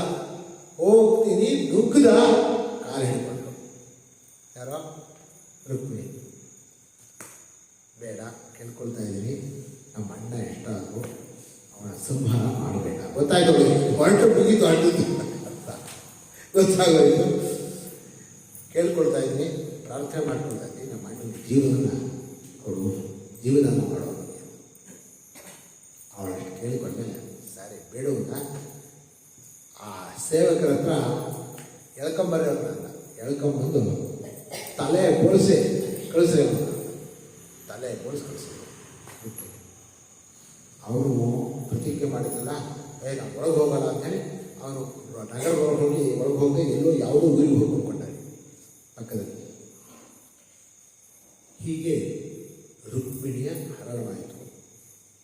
ಈ ಕಡೆ ಜರಾಸಂಧಾದಿಗಳೆಲ್ಲ ಬಂದರು. ಶಿಶುಪಾಲ ಏನು ಮಾಡೋಕ್ಕಾಗಲ್ಲ ಕಣ, ಆಗೋದಾಗತ್ತೆ, ವಿಧಿ ಹಣೆ ಬರಹ, ಕೊನೆಗೆ ಇದ್ದಿದೆಯಲ್ಲ ಇದು ಹಣೆ ಬರಹ, ಏನು ಮಾಡೋಕ್ಕಾಗತ್ತೆ. ಬರ್ದಿತ್ತು ಕಾಣುತ್ತೆ, ರುಕ್ಮಿಣಿಗೆ ಕೃಷ್ಣನಿಗೆ ಬರ್ದಿತ್ತು ಕಾಣುತ್ತೆ. ಆಯಿತು ಬಿಡು, ಏನು ಮಾಡ್ಕೊಳಕ್ಕಾಗತ್ತೆ. ಪಾಪ ಡ್ರೆಸ್ ಮಾಡಿದ್ದಿಲ್ಲ, ಆಯಿತು ನೋಡೋಣ ಎಂದು ಹುಡುಗಿ ನೋಡೋಣ ಎಲ್ಲ ಕರ್ಕೊಂಡು ಯಾರನ್ನ ಶಿಶುಪಾಲ ಒಳಗೆ ಕರ್ಕೊಂಡು. ಹೀಗೆ ರುಕ್ಮಿಣಿ ಕೃಷ್ಣರ ಮದುವೆ ಆಗಿತ್ತು. ಅಲ್ಲಿ ಬಂದಮೇಲೆ ವಿಜೃಂಭಣೆಯಿಂದ ದ್ವಾರಕಾದಲ್ಲಿ ರುಕ್ಮಿಣಿ ಕೃಷ್ಣನ ಮದುವೆ ಆಯಿತು. ಕೃಷ್ಣ ರುಕ್ಮಿಣಿಯರ ಮದುವೆ ಆಯಿತು. ಬಹಳ ದಿವಸ ಆನಂದವಾಗಿರ್ತಾರೆ. ಆನಂದವಾಗಿದ್ದ ಮೇಲೆ ರುಕ್ಮಿಣಿಗೆ ಒಬ್ಬ ಮಗ ಹುಡ್ತಾನೆ, ಪ್ರದ್ಯುಮ್ನ ಅಂತ. ಎಂಬ ಪ್ರದ್ಯುಮ್ನ ಅಂತ ಹುಡ್ತಾನೆ. ಅದೇನಾಗ್ಬಿಡುತ್ತೆ, ಆ ಪ್ರದ್ಯುಮ್ನ ಮಗ ಹುಟ್ಟಿದ ಕೂಡಲೇ ಒಬ್ಬ ರಾಕ್ಷಸ ಆ ಪ್ರದ್ಯುಮ್ನ ಹೊತ್ಕೊಂಡು ಹೋಗ್ಬಿಡ್ತಾನೆ. ಇವು ಹುಟ್ಟಿ ಸಂಪನ್ಸ ಆಗಿರುತ್ತೆ, ಶಂಬರಾಸುರ ಹೊತ್ಕೊಂಡು ಹೋಗ್ಬಿಡ್ತಾನೆ. ಪ್ರದ್ಯುಮ್ನ ಹೊತ್ಕೊಂಡು ಹೋಗ್ಬಿಟ್ಟು ಯಾವುದೋ ನದಿಗೆ ಎಸ್ಬಿಟ್ಟಾರೆ ಮಗುವನ್ನು. ಅದೇನಾಗುತ್ತೆ, ಆ ನದಿಯಲ್ಲಿ ಒಂದು ದೊಡ್ಡ ಮೀನು ಆ ಮಗುವನ್ನು ಬಿಡುತ್ತೆ ಒಳಗೆ. ಅದನ್ನ ಬೆಸ್ತರು ಆ ಮೀನನ್ನು ಹಿಡಿತಾರೆ. ಆ ಮೀನನ್ನು ಹಿಡಿದ ಆಮೇಲೆ ಆ ಮೀನನ್ನ ಆ ಶಂಬರಾಸುರನ ಹೆಂಡತಿಂದ ಅವಳ ಜೊತೆಲಿರೋಳು ಮಾಯಾವತಿ ಅಂತ ಅವಳ ಹತ್ರನೇ ತಗೊಂಡೋಗಿ ಕೊಡ್ತಾರೆ. ಅವಳು ಆಯಿತು ಮೀನು ತಂದಿದ್ದಾರೆ, ಒಳ್ಳೆ ಸಾರು ಮಾಡ್ಕೊಂಡು ಊಟ ಮಾಡ್ಕೊಂಡು ಅಂತೇಳಿ ಮೀನಿನಿಗೆ ಕತ್ತರಿಸಿದರೆ ಒಳಗಡೆ ಮಗು ಇದೆ. ಅದು ಎಂಥ ಮಗು ಕೊಡ್ತಾ ಇದ್ದಾಳೆ ಪ್ರದ್ಯುಮ್ನ. ಸಾಕ್ಷಾತ್ ಕೃಷ್ಣನಂತೆ ಅತ್ಯಂತ ರೂಪವಂತವಾದಂಥ ಮಗು, ಬಹಳ ಸುಂದರಯುಕ್ತವಾದಂಥ ಮಗು. ನೋಡಿದ್ರು ಅವಳಿಗೆ ಅರ್ಥ ಆಯಿತು. ಏನರ್ಥ ಆಯಿತು? ಆ ಮಾಯಾವತಿ ಮನ್ಮಥನ ಹೆಂಡತಿಯಾದ ರತಿಯ ಇನ್ನೊಂದು ಜನ್ಮದ ಸ್ತ್ರೀಯವಳು. ರತಿ ಯಾರು ಮನ್ಮಥನ ಹೆಂಡತಿ ಆಯಿತೋ ಅವಳ ಇನ್ನೊಂದು ಜನ್ಮದ ಸ್ತ್ರೀ ಮಾಯಾವತಿ. ಅವಳು ಮನ್ಮಥ ಅಲ್ಲಿ ಪ್ರಾಣ ಕಟ್ಕೊಂಡಿದ್ದಾನೆ, ಅವನ ಮತ್ತೆ ಜನ್ಮಾಂತರದ ಹುಟ್ಟು ಆಗಬೇಕು ಕಾಯ್ತಾ ಇದ್ದ. ಅವಳಿಗೆ ಗೊತ್ತಾಯಿತು ಇವನೇ ಅವನು. ಯಾರೋ ಪ್ರತಿಯೊಬ್ಬರು ಅವಳು ಸಾಕಿದ್ದು, ಮಕ್ಕಳಿಲ್ಲ ಅವಳಿಗೆ ಸಾಕಿದ್ದು, ಸಾಕಿ ಬೆಳೆಸಿದ್ದು. ದೊಡ್ಡವನಾದ ಪ್ರತಿಯೊಂದು ಅವನ ಮೇಲೆ ದೊಡ್ಡವನಾಗಿದ್ದ. ತುಂಬ ದೊಡ್ಡವನಾದ ಮೇಲೆ ಆ ಮಾಯಾವತಿ ಪ್ರದ್ಯುಮ್ನನ್ನ ನಾನು ನಿನ್ನ ಮದುವೆ ಮಾಡ್ಕೊಡ್ತೀನಿ. ಹೀಗೆ ಕೇಳ್ತಾ ಇದ್ದಾನೆ ಪ್ರದ್ಯುಮ್ನ. ಇಲ್ಲ, ನನ್ನ ಅಮ್ಮನ ಥರ ನೋಡಿದ್ದೀನಿ, ನನ್ನನ್ನು ಸಾಕಿರೋ ಥರ ಕಾಣ್ತಿದ್ಯಾ ನೀನು, ಹೀಗೆಲ್ಲ ಮಾಡೋದುಂಟ, ಹೀಗೆಲ್ಲ ಮಾಡೋದು ನಿಷಿದ್ಧ, ಬೇಡ, ಇದಾಗಲ್ಲ ಅಂತ. ಇಲ್ಲ, ನನಗೆ ಹೊಟ್ಟೆ ನಂಬಿದಂತಹ ಮಗ ನೀನಲ್ಲ, ನೀನು ನಿಜವಾಗಿ ಅಲ್ಲಿ ಕೃಷ್ಣನ ಮಗನಾಗಿ ಹುಟ್ಟಿದವನು, ನನಗೆ ಮೀನು ಸಿಕ್ಕಿದೆಯಾ, ನೀನು ನಿಜವಾಗಿ ಹಿಂದಿನ ಜನ್ಮದಲ್ಲಿ ಮನ್ಮಥನೇ ಆಗಿದ್ದು ನನ್ನ ಗಂಡನಾಗಿದ್ದು ನಿನ್ನನ್ನೇ ಕಾಯ್ತಾ ಇದ್ದೆ. ಇನ್ನೊಂದು ಜನ್ಮದಲ್ಲಿ ನೀನು ನನಗೆ ಗಂಡನಾಗಬೇಕು ಅಂತ ನಿನ್ನನ್ನು ಸ್ವೀಕಾರ ಮಾಡಬೇಕು, ನೀನು ಮದುವೆ ಮಾಡಬೇಕು. ಇನ್ನೊಂದು ವಿಷಯ ಏನಪ್ಪ ಅಂದರೆ, ಈ ಶಂಬರಾಸುರ ಮಹಾಮಾಯಾವಿ ರಾಕ್ಷಸ, ಅವಳಿಗೆ ಒಪ್ಪಲ್ಲ. ನಾನು ನಿನಗೆ ಆ ಮಾಯೆಯ ಶಕ್ತಿಯನ್ನೆಲ್ಲ ಕೊಡ್ತೀನಿ, ನೀನನ್ನು ಸಾಯಿಸ್ಬಿಡು. ಯಾರೋ ಮಾಯಾವತಿಯ ಮಾಯಾಶಕ್ತಿಯಿಂದ ಮಾಯಾಶಕ್ತಿಯನ್ನು ಪಡೆದುಬಿಟ್ಟು ಪ್ರದ್ಯುಮ್ನ ಆಮೇಲೆ ಶಂಬರಾಸುರನ ಜೊತೆ ಯುದ್ಧ ಮಾಡಿ ಅವನನ್ನು ವಧೆ ಮಾಡ್ತಾರೆ, ಸಾಯಿಸ್ತಾರೆ. ಸಾಯಿಸಿದ ಮಾಯಾವತಿಯಿಂದ ಮದುವೆ ಆಗುತ್ತೆ. ಮದುವೆ ಆದಮೇಲೆ ಇಬ್ಬರು ಕೂಡ ಈಗ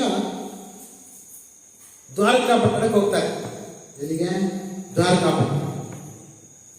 ಅಲ್ಲಿ ದ್ವಾರಕಾಪಟ್ಟಣಕ್ಕೆ ಹೋದರೆ ಇವರು ಬಹಳ ಸ್ಫುರತಿ, ಅತ್ಯಂತ ಸೌಂದರ್ಯಯುಕ್ತನಾಗಿದ್ದ.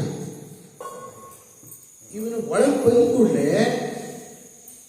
ಎಲ್ಲರೂ ಕೃಷ್ಣನೇ ಬಂದು ಅಂತೇಳಿ ಕೃಷ್ಣನ ಹೆಂಡತಿ ಎಲ್ಲ ನಾಚ್ಕೊಳ್ತಾ ಇದ್ದಾರೆ. ಕೃಷ್ಣನೇ ಬಂದೇನೆ, ಕೃಷ್ಣನೇ ಬಂದೇನೆ ಅಂತ.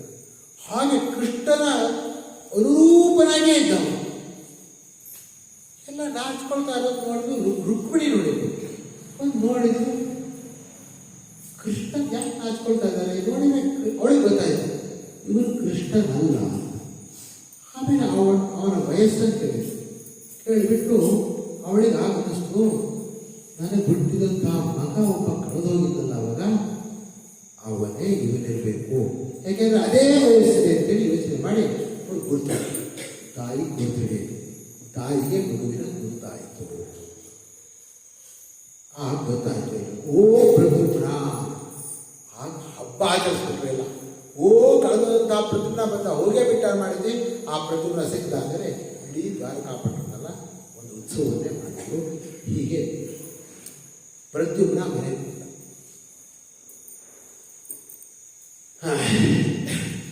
ಎಷ್ಟು ಸಮಯ ಆಯ್ತಾ ನೀವು? ಯಾಕೆಂದ್ರೆ ಕೇಳಬೇಕಿಲ್ಲ. ಹೀಗೆ ಪ್ರದ್ಯುಮ್ನ ಕಥೆ ಆಯಿತು. ಪ್ರದ್ಯುಮ್ನ ಕಥೆಯಿಂದ ಪ್ರದ್ಯುಮ್ನ ಅವತಾರ ಹುಟ್ಟಿದ್ದ ಹೇಗೆ, ಇದು ಆದ ಮೇಲೆ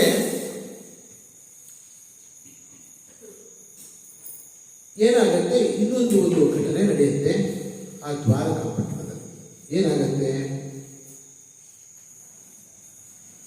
ಸತ್ರಾಜಿತ ಅನ್ನುವಂಥವನು ಬೇರೆ ಒಂದು ರಾಜ್ಯದಲ್ಲಿ ರಾಜನಾಗಿರುವಂತಹ ಒಂದು ಯದುವಂಶದವನು ಅಲ್ಲ, ಅವನು ರಾಜನವನು. ಆ ರಾಜ ಸೂರ್ಯೋಪಾಸಕನಾಗಿದ್ದ. ಬಹಳ ಸೂರ್ಯನ ಉಪಾಸನೆ ಮಾಡ್ತಾ ಇದ್ದ, ಸೂರ್ಯನ ಆರಾಧನೆ ಮಾಡ್ತಾ ಇದ್ದ. ಆ ಸೂರ್ಯನ ಆರಾಧನೆಯಿಂದ ಸೂರ್ಯನಿಂದ ಒಂದು ವರವಾಗಿ ಒಂದು ಮಣಿ ಸಿಕ್ಕಿತ್ತು. ಆ ಮಣಿ ಸೆಮಂತಕ ಮಣಿ. ಆ ಎಂಥ ಮಣಿ ಇದೆ ಅದು. ಆ ಮಣಿ ಇಟ್ಕೊಂಡಾಗ ಅವರಿಗೆ, ಆ ಹತ್ತಿರದಲ್ಲಿರುವಂಥ ಜನರಿಗೆ, ಆ ಪ್ರದೇಶದ ಜನರಿಗೆ ಯಾವುದೇ ರೀತಿ ಕಷ್ಟ ಬರ್ತಾ ಇರಲಿಲ್ಲ, ರೋಗ ರುಜಿನಾದಿಗಳು ಬರ್ತಾ ಇರಲಿಲ್ಲ, ಯಾವುದೇ ರೀತಿಯ ಆಹಾರಗಳ ತೊಂದರೆ ಆಗ್ತಾ ಇರಲಿಲ್ಲ. ಆಹಾರ, ಜಲ, ಮಳೆ ಇತ್ಯಾದಿ ಯಾವುದನ್ನು ಆಗ್ತಾ ಇರಲಿಲ್ಲ ಅಂತಹ ಮಣಿ. ಆದರೆ ಆ ಮಣಿಯನ್ನು ಇಟ್ಕೊಂಡು ಬಹಳ ಶುದ್ಧವಾಗಿರಬೇಕಾಗಿತ್ತು. ಸೆವೆಂತಕ್ಕೆ ಮಣಿ ಇಟ್ಕೊಂಡು ಸರಿಯಾದಂತಹ ಶುದ್ಧಿಯಲ್ಲಿರಬೇಕು. ಅದನ್ನು ಹೊರಗಡೆ ಎಲ್ಲೂ ತಕ್ಕೊಂಡು ಹೋಗಬಾರ್ದು. ಇಟ್ಕೊಳ್ಬೇಕು ಅಂತ ಹೀಗೆ ಅಂತಹ ಮಣಿಯನ್ನು ಇಟ್ಕೊಂಡಿರೋ ಅತ್ಯಂತ ಪ್ರಭಾವಿತವಾದಂತಹ ಮಣಿ. ಕೃಷ್ಣ ಒಂದ್ಸರಿ ಆ ರಾಜನ ಮನೆಗೆ ಹೋದಾಗ ಮಾತಾಡಿದ್ರೆ ಆ ಮಣಿಯನ್ನು ನೋಡಿ ಬಹಳ ಚೆನ್ನಾಗಿದೆ, ನನಗೆ ಕೊಡ್ತೀಯಾ ಅಂತ ಹೇಳಿದೆ. ಸತ್ರ ಹಿಡಿದ, ಇಲ್ಲ ಕೊಡಕ್ ಬರಲ್ಲ ಅಂತ ಹೇಳಿದ್ದೆ. ಒಂದ್ಸರಿ ಏನಾಯ್ತು, ಆ ಸತ್ರಾಜಿತನ ತಮ್ಮ ಪ್ರಸೇನ ಅನ್ನೋನು ಆ ಮಣಿಯನ್ನ, ಸೆಮೆಂತಕ ಮಣಿಯನ್ನ ತನ್ನ ಕೊರಳಲ್ಲಿ ಇಟ್ಕೊಂಡ್ಬಿಟ್ಟು ಹಾರವಾಗಿ ಮಾಡ್ಕೊಂಡ್ಬಿಟ್ಟು ಕಾಡಿಗೆ ಹೋಗ್ಬಿಟ್ಟ. ಗೊತ್ತೇ ಇಲ್ಲ ಸತ್ರಾಜಿತ. ಬೇಟಿ ಆಡಕ್ಕೆ ಹೋದ್ರೆ ಅಲ್ಲೇನಾಯ್ತು, ಒಂದು ಸಿಂಹ ಪ್ರಸೇನ ಸಾಯಿಸಿ ಆ ಸೆಮೆಂತಕ ಮಣಿಯನ್ನು ಹೊತ್ಕೊಂಡ್ಬಿಟ್ಟು ಆ ಸಿಂಹವನ್ನು ನಾವು ದೊಡ್ಡ ಕರಡಿ ಸಾಯಿಸ್ತೀವಿ. ಜಾಂಬು ಅಂತ ಆಗುತ್ತಾ ಕರಡಿ ಆ ಸಾಯಿಸ್ತು ಆ ಸಿಂಹವನ್ನು. ಅದು ಆ ಸೆಮೆಂತಕ ಮಣಿಯನ್ನು ತಗೊಂಡೋಯ್ತು. ಸೆಮೆಂತಕವನ್ನು ತಗೊಂಡು ಹೋಗಿ ಸೆಮೆಂತಕ ಮಣಿಯನ್ನ ತನ್ನ ಗುಹೆಯಲ್ಲಿ, ಅಲ್ಲಿ ಸಣ್ಣ ಮಗು ಬಂದಿತ್ತು, ಆ ಮಗುಗೆ ಆಟ ಆಡಕ್ಕೆ ಮೇಲ್ಪಟ್ಟು ಮೇಲೆ ಕಟ್ಟಿತ್ತು. ಈ ಕಡೆ ಏನಾಯಿತು, ಸೆಮೆಂತಕ ಮಣಿ ಕಳೆದು ಹೋಯ್ತು. ಸತ್ರಾಜಿತ ಪಿಸುಮಾತಿನಲ್ಲಿ ಎಲ್ಲರ ಹತ್ರ ಕೃಷ್ಣ ಕೇಳಿದ್ದ ಕೊಡ್ಲಿಲ್ಲ ಅಂತ ಹೇಳ್ದ. ಎಲ್ಲರೂ ಕೃಷ್ಣನೇ ಕರ್ಕೊಂಡು ಹೋಗಿದ್ದಾನೆ ಅಂತ ಶುರು ಮಾಡಿದ್ರು. ಕೃಷ್ಣನೇ ಅಪವಾದ ಬಂತು. ಇದಕ್ಕೆ ಹಿಂದೂ ಒಂದು ಕಥೆ ಹೇಳಿದ್ದಾರೆ, ಕೃಷ್ಣ ಗಣಪತಿ ಹಬ್ಬದ ದಿವಸ ಚಂದ್ರನ ನೋಡಿದ್ದ, ಅದಕ್ಕೆ ಅಪವಾದ ಬಂತು ಅವನಿಗೆ. ಅಂದರೆ ಭಾಗವತದಲ್ಲಿ ಒಂದು ಯಾವುದೇ ರೀತಿಯಾದಂತಹ ಒಂದು ಲಕ್ಷಣ ಬರೋಲ್ಲ.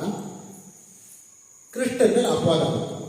ಅಪವಾದ ಬಂದಿದ್ದು ಕೃಷ್ಣ, ಅಯ್ಯೋ ನಮ್ಮ ಮೇಲೆ ಅಪವಾದ ಬಂತಲ್ಲಪ್ಪ, ಇದೀಗ ಹೇಗಾದ್ರೂ ಮಾಡಿ ಅಪವಾದ ಪರಿಹರಿಸ್ಕೋಬೇಕು ಅಂತ ಹೇಳಿ ಸೆಮೆಂತಕ ಮನೆಗೆ ಹೊಡ್ಕೊಂಡು ಹೊರಟ.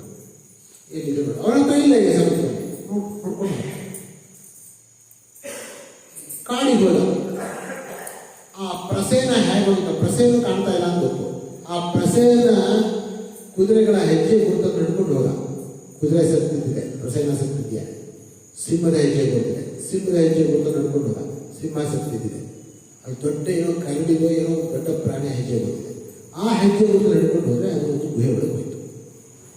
ಆ ಗುಹೆ ಒಳಗೆ ಹೋದ ಪರಮಾತ್ಮ. ಅಲ್ಲಿ ಹೋಗಿ ನೋಡುತ್ತಾನೆ, ಮಗು ತೊಟ್ಟಲಿದೆ, ಬೇರೆ ಮಣಿ ಕಟ್ಟಿಯಾರೆ. ಸಿಂಹ ಪ್ರಸೇನಮವಧಿ ಸಿಂಹೋ ಜಾಂಬವತ ಹತಃ ಅಂತ ಹಾಡು ಹೇಳ್ತಾ ಇದ್ದಾಳೆ. ಕೂತಾ ಇದ್ದಾರೆ ಉದಾಸೆ. ಇವರು ಕೃಷ್ಣ ಹೋಗಿ ನಿಂತ್ಕೊಂಡಾನೆ. ನೋಡಿ ಕುಣಿ ನೋಡಿದ್ರು, ನೋಡು ದೂರ ಕಿಚ್ಕೊಂಡ್ಬಿಟ್ರು. ಯಾರೋ ಬಂದು ಕಿಚ್ಕೊಂಡು ಕೂಡಲೇ ಜಾಮು ಅಂತ ಒಳಗಿಂದ ಬಂದ. ಏನಾಯ್ತು ಅಂತ ಒಂದಿಷ್ಟು ಶ್ರೀಕೃಷ್ಣ ನಿಂತಿದ್ದ. ಅವರಿಗೆ ಆ ಸಮಯದಲ್ಲಿ ಕೃಷ್ಣನ ಯಾವುದೇ ಒಂದು ರೀತಿಯಾದಂತಹ ಆ ದೈವತಾ ಸ್ವರೂಪದ ಅನುಭವ ಅವನಿಗೆ ಆಗಲಿಲ್ಲ. ಅದು ಅವನ ಜಂಬದಿಂದಲೋ ಅವನ ಅಹಂಕಾರದಿಂದಲೋ ಮುಚ್ಚಿತ್ತು. ಅವನು ಬಂದ, ಏನು ಅಂದ, ಆ ಸೆಮೆಂತಕ ಮಣಿ ಕೊಡುವುದ ಕೃಷ್ಣ. ನಾನು ತೆಗೆದು ನಾನು ಯಾಕೆ ಕೊಡಬೇಕು ಅಂತ. ಇಲ್ಲ, ನಾನು ತೆಗೊಂಡು ಹೋಗ್ಬೇಕು, ನನ್ನ ಅಪವಾದ ಇದೆ, ಅದನ್ನು ತೆಗೊಂಡು ಹೋಗ್ಬೇಕು, ಕೊಡುವುದು. ಕೊಡಲ್ಲ, ಕಿತ್ಕೊಂಡು ಹೋಗ್ತೀನಿ. ಯಾಕೆ ಕಿತ್ಕೊಂಡು ಹೋಗ್ತೀನಿ? ಯುದ್ಧ ಮಾಡ್ತೀನಿ. ಯುದ್ಧ ಶುರು ಆಗ್ತೀನಿ. ಅವರ ಇಬ್ಬರು ಯುದ್ಧ ಮಾಡ್ತಾರೆ. ಯಾರೋ ಜಾಂಬವಂತನೋ ಕೃಷ್ಣನು. ಜಾಂಬವಂತ ಅವತ್ತು ವಿರಾಟ್ ಪುರುಷನ ವಾಮನ ಮೂರ್ತಿಯನ್ನು ಪ್ರದಕ್ಷಿಣೆ ಮಾಡಿದ್ದಂತೆ. ಅಂತಹ ಶಕ್ತಿ ಇತ್ತು ಅವರಿಗೆ. 21 ದಿವಸ ಯುದ್ಧ ಮಾಡ್ತಾರೆ ಇಬ್ಬರು. 21 ದಿವಸ ಘೋರವಾಗಿ ಯುದ್ಧ ನಡೆಯುತ್ತೆ. ಹಗಲು ರಾತ್ರಿ ಯುದ್ಧ. ಪರಮಾತ್ಮನ ಮುಂದೆ ಏನು ಯುದ್ಧ ನಡೆಯುತ್ತದೆ? ಎಲ್ಲ ಅವನು ದೇವರ ಜರ್ಜನೆ ಆಯಾಸಪಟ್ಟ. ಶಕ್ತಿಹೀನಾದ ಶಕ್ತಿ ಕುಂದಿತು. ಯಾವಾಗ ಶಕ್ತಿ ಕುಂದಿತೋ ಆಗ ಅವನಿಗೆ ಬುದ್ಧಿ ಬಂತು. ಹಾಗಾಗಿ ಯಾರು 21 ದಿವಸ ನನ್ನ ಜೊತೆಗೆ ಯುದ್ಧ ಮಾಡಿ ನನ್ನನ್ನೇ ಹೊಡಿಬೇಕಾದ್ರೆ ಯಾರು ಅಂತ ಆಗ ಗೊತ್ತಾಯ್ತು ನನಗೆ. ತಪ್ಪಾಯಿತು. ಪರಮಾತ್ಮ ಯಾವ ರಾಮ ತ್ರೇತಾಯುಗದಲ್ಲಿ ಅವತಾರ ಮಾಡಿ ರಾವಣನನ್ನು ಕೊಂದನೋ, ಯಾವ ರಾಮನ ದಾಸನಾಗಿ ನಾನಲ್ಲಿದ್ನೋ, ಆ ರಾಮನೇ ಕೃಷ್ಣನಾಗಿ ಭಗವಂತ ಅವತಾರ ಮಾಡಿದ್ಯಾ, ತಪ್ಪು ಮಾಡಿಬಿಟ್ಟೆ, ಗೊತ್ತಾಗಲಿಲ್ಲ, ಕ್ಷಮಿಸ್ಬಿಡು ಅಂತ ಹೇಳಿ ಅಲ್ಲಿ ಅವನು ಕೈ ಮುಗಿದು ಬೇಡ್ಕೊಳ್ತಾನೆ. ಸೆಮೆಂತಕ ಮಣಿಯನ್ನು ಕೊಡ್ತಾನೆ. ಜೊತೆ ಇನ್ನೊಂದು ಕೊಡ್ತಾನೆ, ತನ್ನ ಮಗಳನ್ನ ಜಾಂಬವತಿಯನ್ನು ಹುಡುಕಿನೇ ಮದುವೆ ಮಾಡ್ಕೋಬೇಕು ಅಂತ ಜಾಂಬವತಿನೂ ಕೊಟ್ಟ. ಜಾಂಬವತಿನೂ ಕೃಷ್ಣ ಬಿಟ್ಟು ಬೇರೆ ಯಾರಿಗೂ ಮದುವೆ ಆಗೋಲಾಗಿತ್ತು. ಜಾಂಬವತಿನೂ ಕೊಟ್ಟ. ಸೆಮೆಂತಕ ಮಣಿಯನ್ನು ತಗೊಂಡ, ಜಾಂಬವತಿಯನ್ನು ಕರ್ಕೊಂಡು ಬಂದ ಮದುವೆ ಮಾಡ್ಕೊಂಡು. ಅಲ್ಲಿ ಆ ಮದುವೆಯೆಲ್ಲ ಒಂದು ಹಾರ ಹಾಕಿ ಮದುವೆ ಮಾಡುವಂಥ ಮದುವೆ. ಇಲ್ಲಿಗೆ ಬಂದ ಮೇಲೆ ಸಮೇತ ಈಗ ಸಿಕ್ತಪ್ಪ ಸತ್ತಾಗಿದ್ದೀನಿ ನೋಡಪ್ಪ, ನಾನಲ್ಲ ತಗೊಂಡೋಗಿದ್ದು, ನನ್ನ ಅಪವಾದ ಇಲ್ಲ, ಸಮೇತ ಕೊಟ್ಟಿದ್ದೀನಿ, ಹೀಗಾಗಿದೆ ಅಂತೇಳಿ ಎಲ್ಲ ವಿವರವಾಗಿ ಹೇಳ್ದ. ಹೇಳಿದ ಮೇಲೆ ಆ ಸತ್ತಾಗಿದೆ ಒಂದು ಸ್ವಲ್ಪ ಮನಸ್ಸಿಗೆ ಸಂಕೋಚ. ಅಯ್ಯೋ ಅನ್ಯಾಯವಾಗಿ ಕೃಷ್ಣನ ಮೇಲೆ ಅಪವಾದ ಮಾಡಿಬಿಟ್ಟೆ. ಆಗಿದ್ದು ಬೇರೆ ಏನು, ಕೃಷ್ಣ ತಗೊಂಡೋಗಿ ನಾನು ಕೃಷ್ಣ ಕಳ್ಳ ಅಂದ್ಬಿಟ್ಟೆ. ಕೃಷ್ಣನಿಗೆ ಬೇಜಾರಾಗಿದೆ. ಈಗ ಕೃಷ್ಣನಿಗೆ ಹೇಗಾದರೂ ಸಂತೋಷಪಡಿಸ್ಬೇಕು. ಹೇಗೆ ಸಂತೋಷಪಡಿಸ್ಬೇಕು ಕೃಷ್ಣನ? ಹಾಗೆ ಅವನಿಗೆ ಬಹಳ ಚೆನ್ನಾಗಿ ನಾನು ಒಂದು ರೀತಿಯಾಗಿ ನಿನಗೆ ಹೇಳಿ ತಪ್ಪಾಗಿದ್ದು ತೋರಿಸ್ಬೋದು. ಹೇಗೆ ಬರೀ ತಪ್ಪಾಗಿದ್ರೆ ಆಗೋಲ್ಲ ಅಂತ ಹೇಳ್ಬಿಟ್ಟು ಮಗಳನ್ನು ಸತ್ಯಭಾಮೆಯನ್ನು ಕೃಷ್ಣನಿಗೆ ಕೊಡ್ತಾನೆ, ಧಾರೆಯನ್ನು ಕೊಡ್ತಾನೆ, ಮದುವೆ ಮಾಡ್ತಾನೆ. ಹೀಗೆ ಸತ್ಯಭಾಮ, ಜಾಂಬವತಿ, ರುಕ್ಮಿಣಿ 3 ಜನ ಆದರು ಕೃಷ್ಣನಿಗೆ ಮದುವೆ. ಮುಖ್ಯವಾಗಿ ಕೃಷ್ಣನಿಗೆ ಅಷ್ಟಮಹಿಷಿಯರು, 8 ಜನ ಮಹಿಷಿಯರು, ಇದು ತುಂಬ ಜನ ಪತ್ನಿಯರಿದ್ದಾರೆ. ಬೇಕಾದರೂ 16,000 ಜನ ಮುಂದೆ ಬರ್ತಾರೆ. ಈಗ ಸತ್ಯಭಾಮೆಯನ್ನು ಕೂಡ ಮದುವೆ ಮಾಡಿಕೊಂಡ ಕೃಷ್ಣ. ಇಷ್ಟ ಆಯಿತು ಕಥೆ. ನಿಲ್ಸೋಗಳಿಗೆ ಯಥಾಮತಿಯಾಗಿ ಭಾಗವತ ಕಥೆಯನ್ನು ಹೇಳ್ತಾ ಇದ್ದೀನಿ. ಇದನ್ನೆಲ್ಲ ಆ ಭಗವಂತನ ಚರಣಕ್ಕೆ ಸಮರ್ಪಿಸಿ ಇವತ್ತಿನ ಕಥಾ ಪ್ರವಚನವನ್ನು ಮುಕ್ತಾಯ ಮಾಡ್ತಾ ಇದ್ದೀನಿ.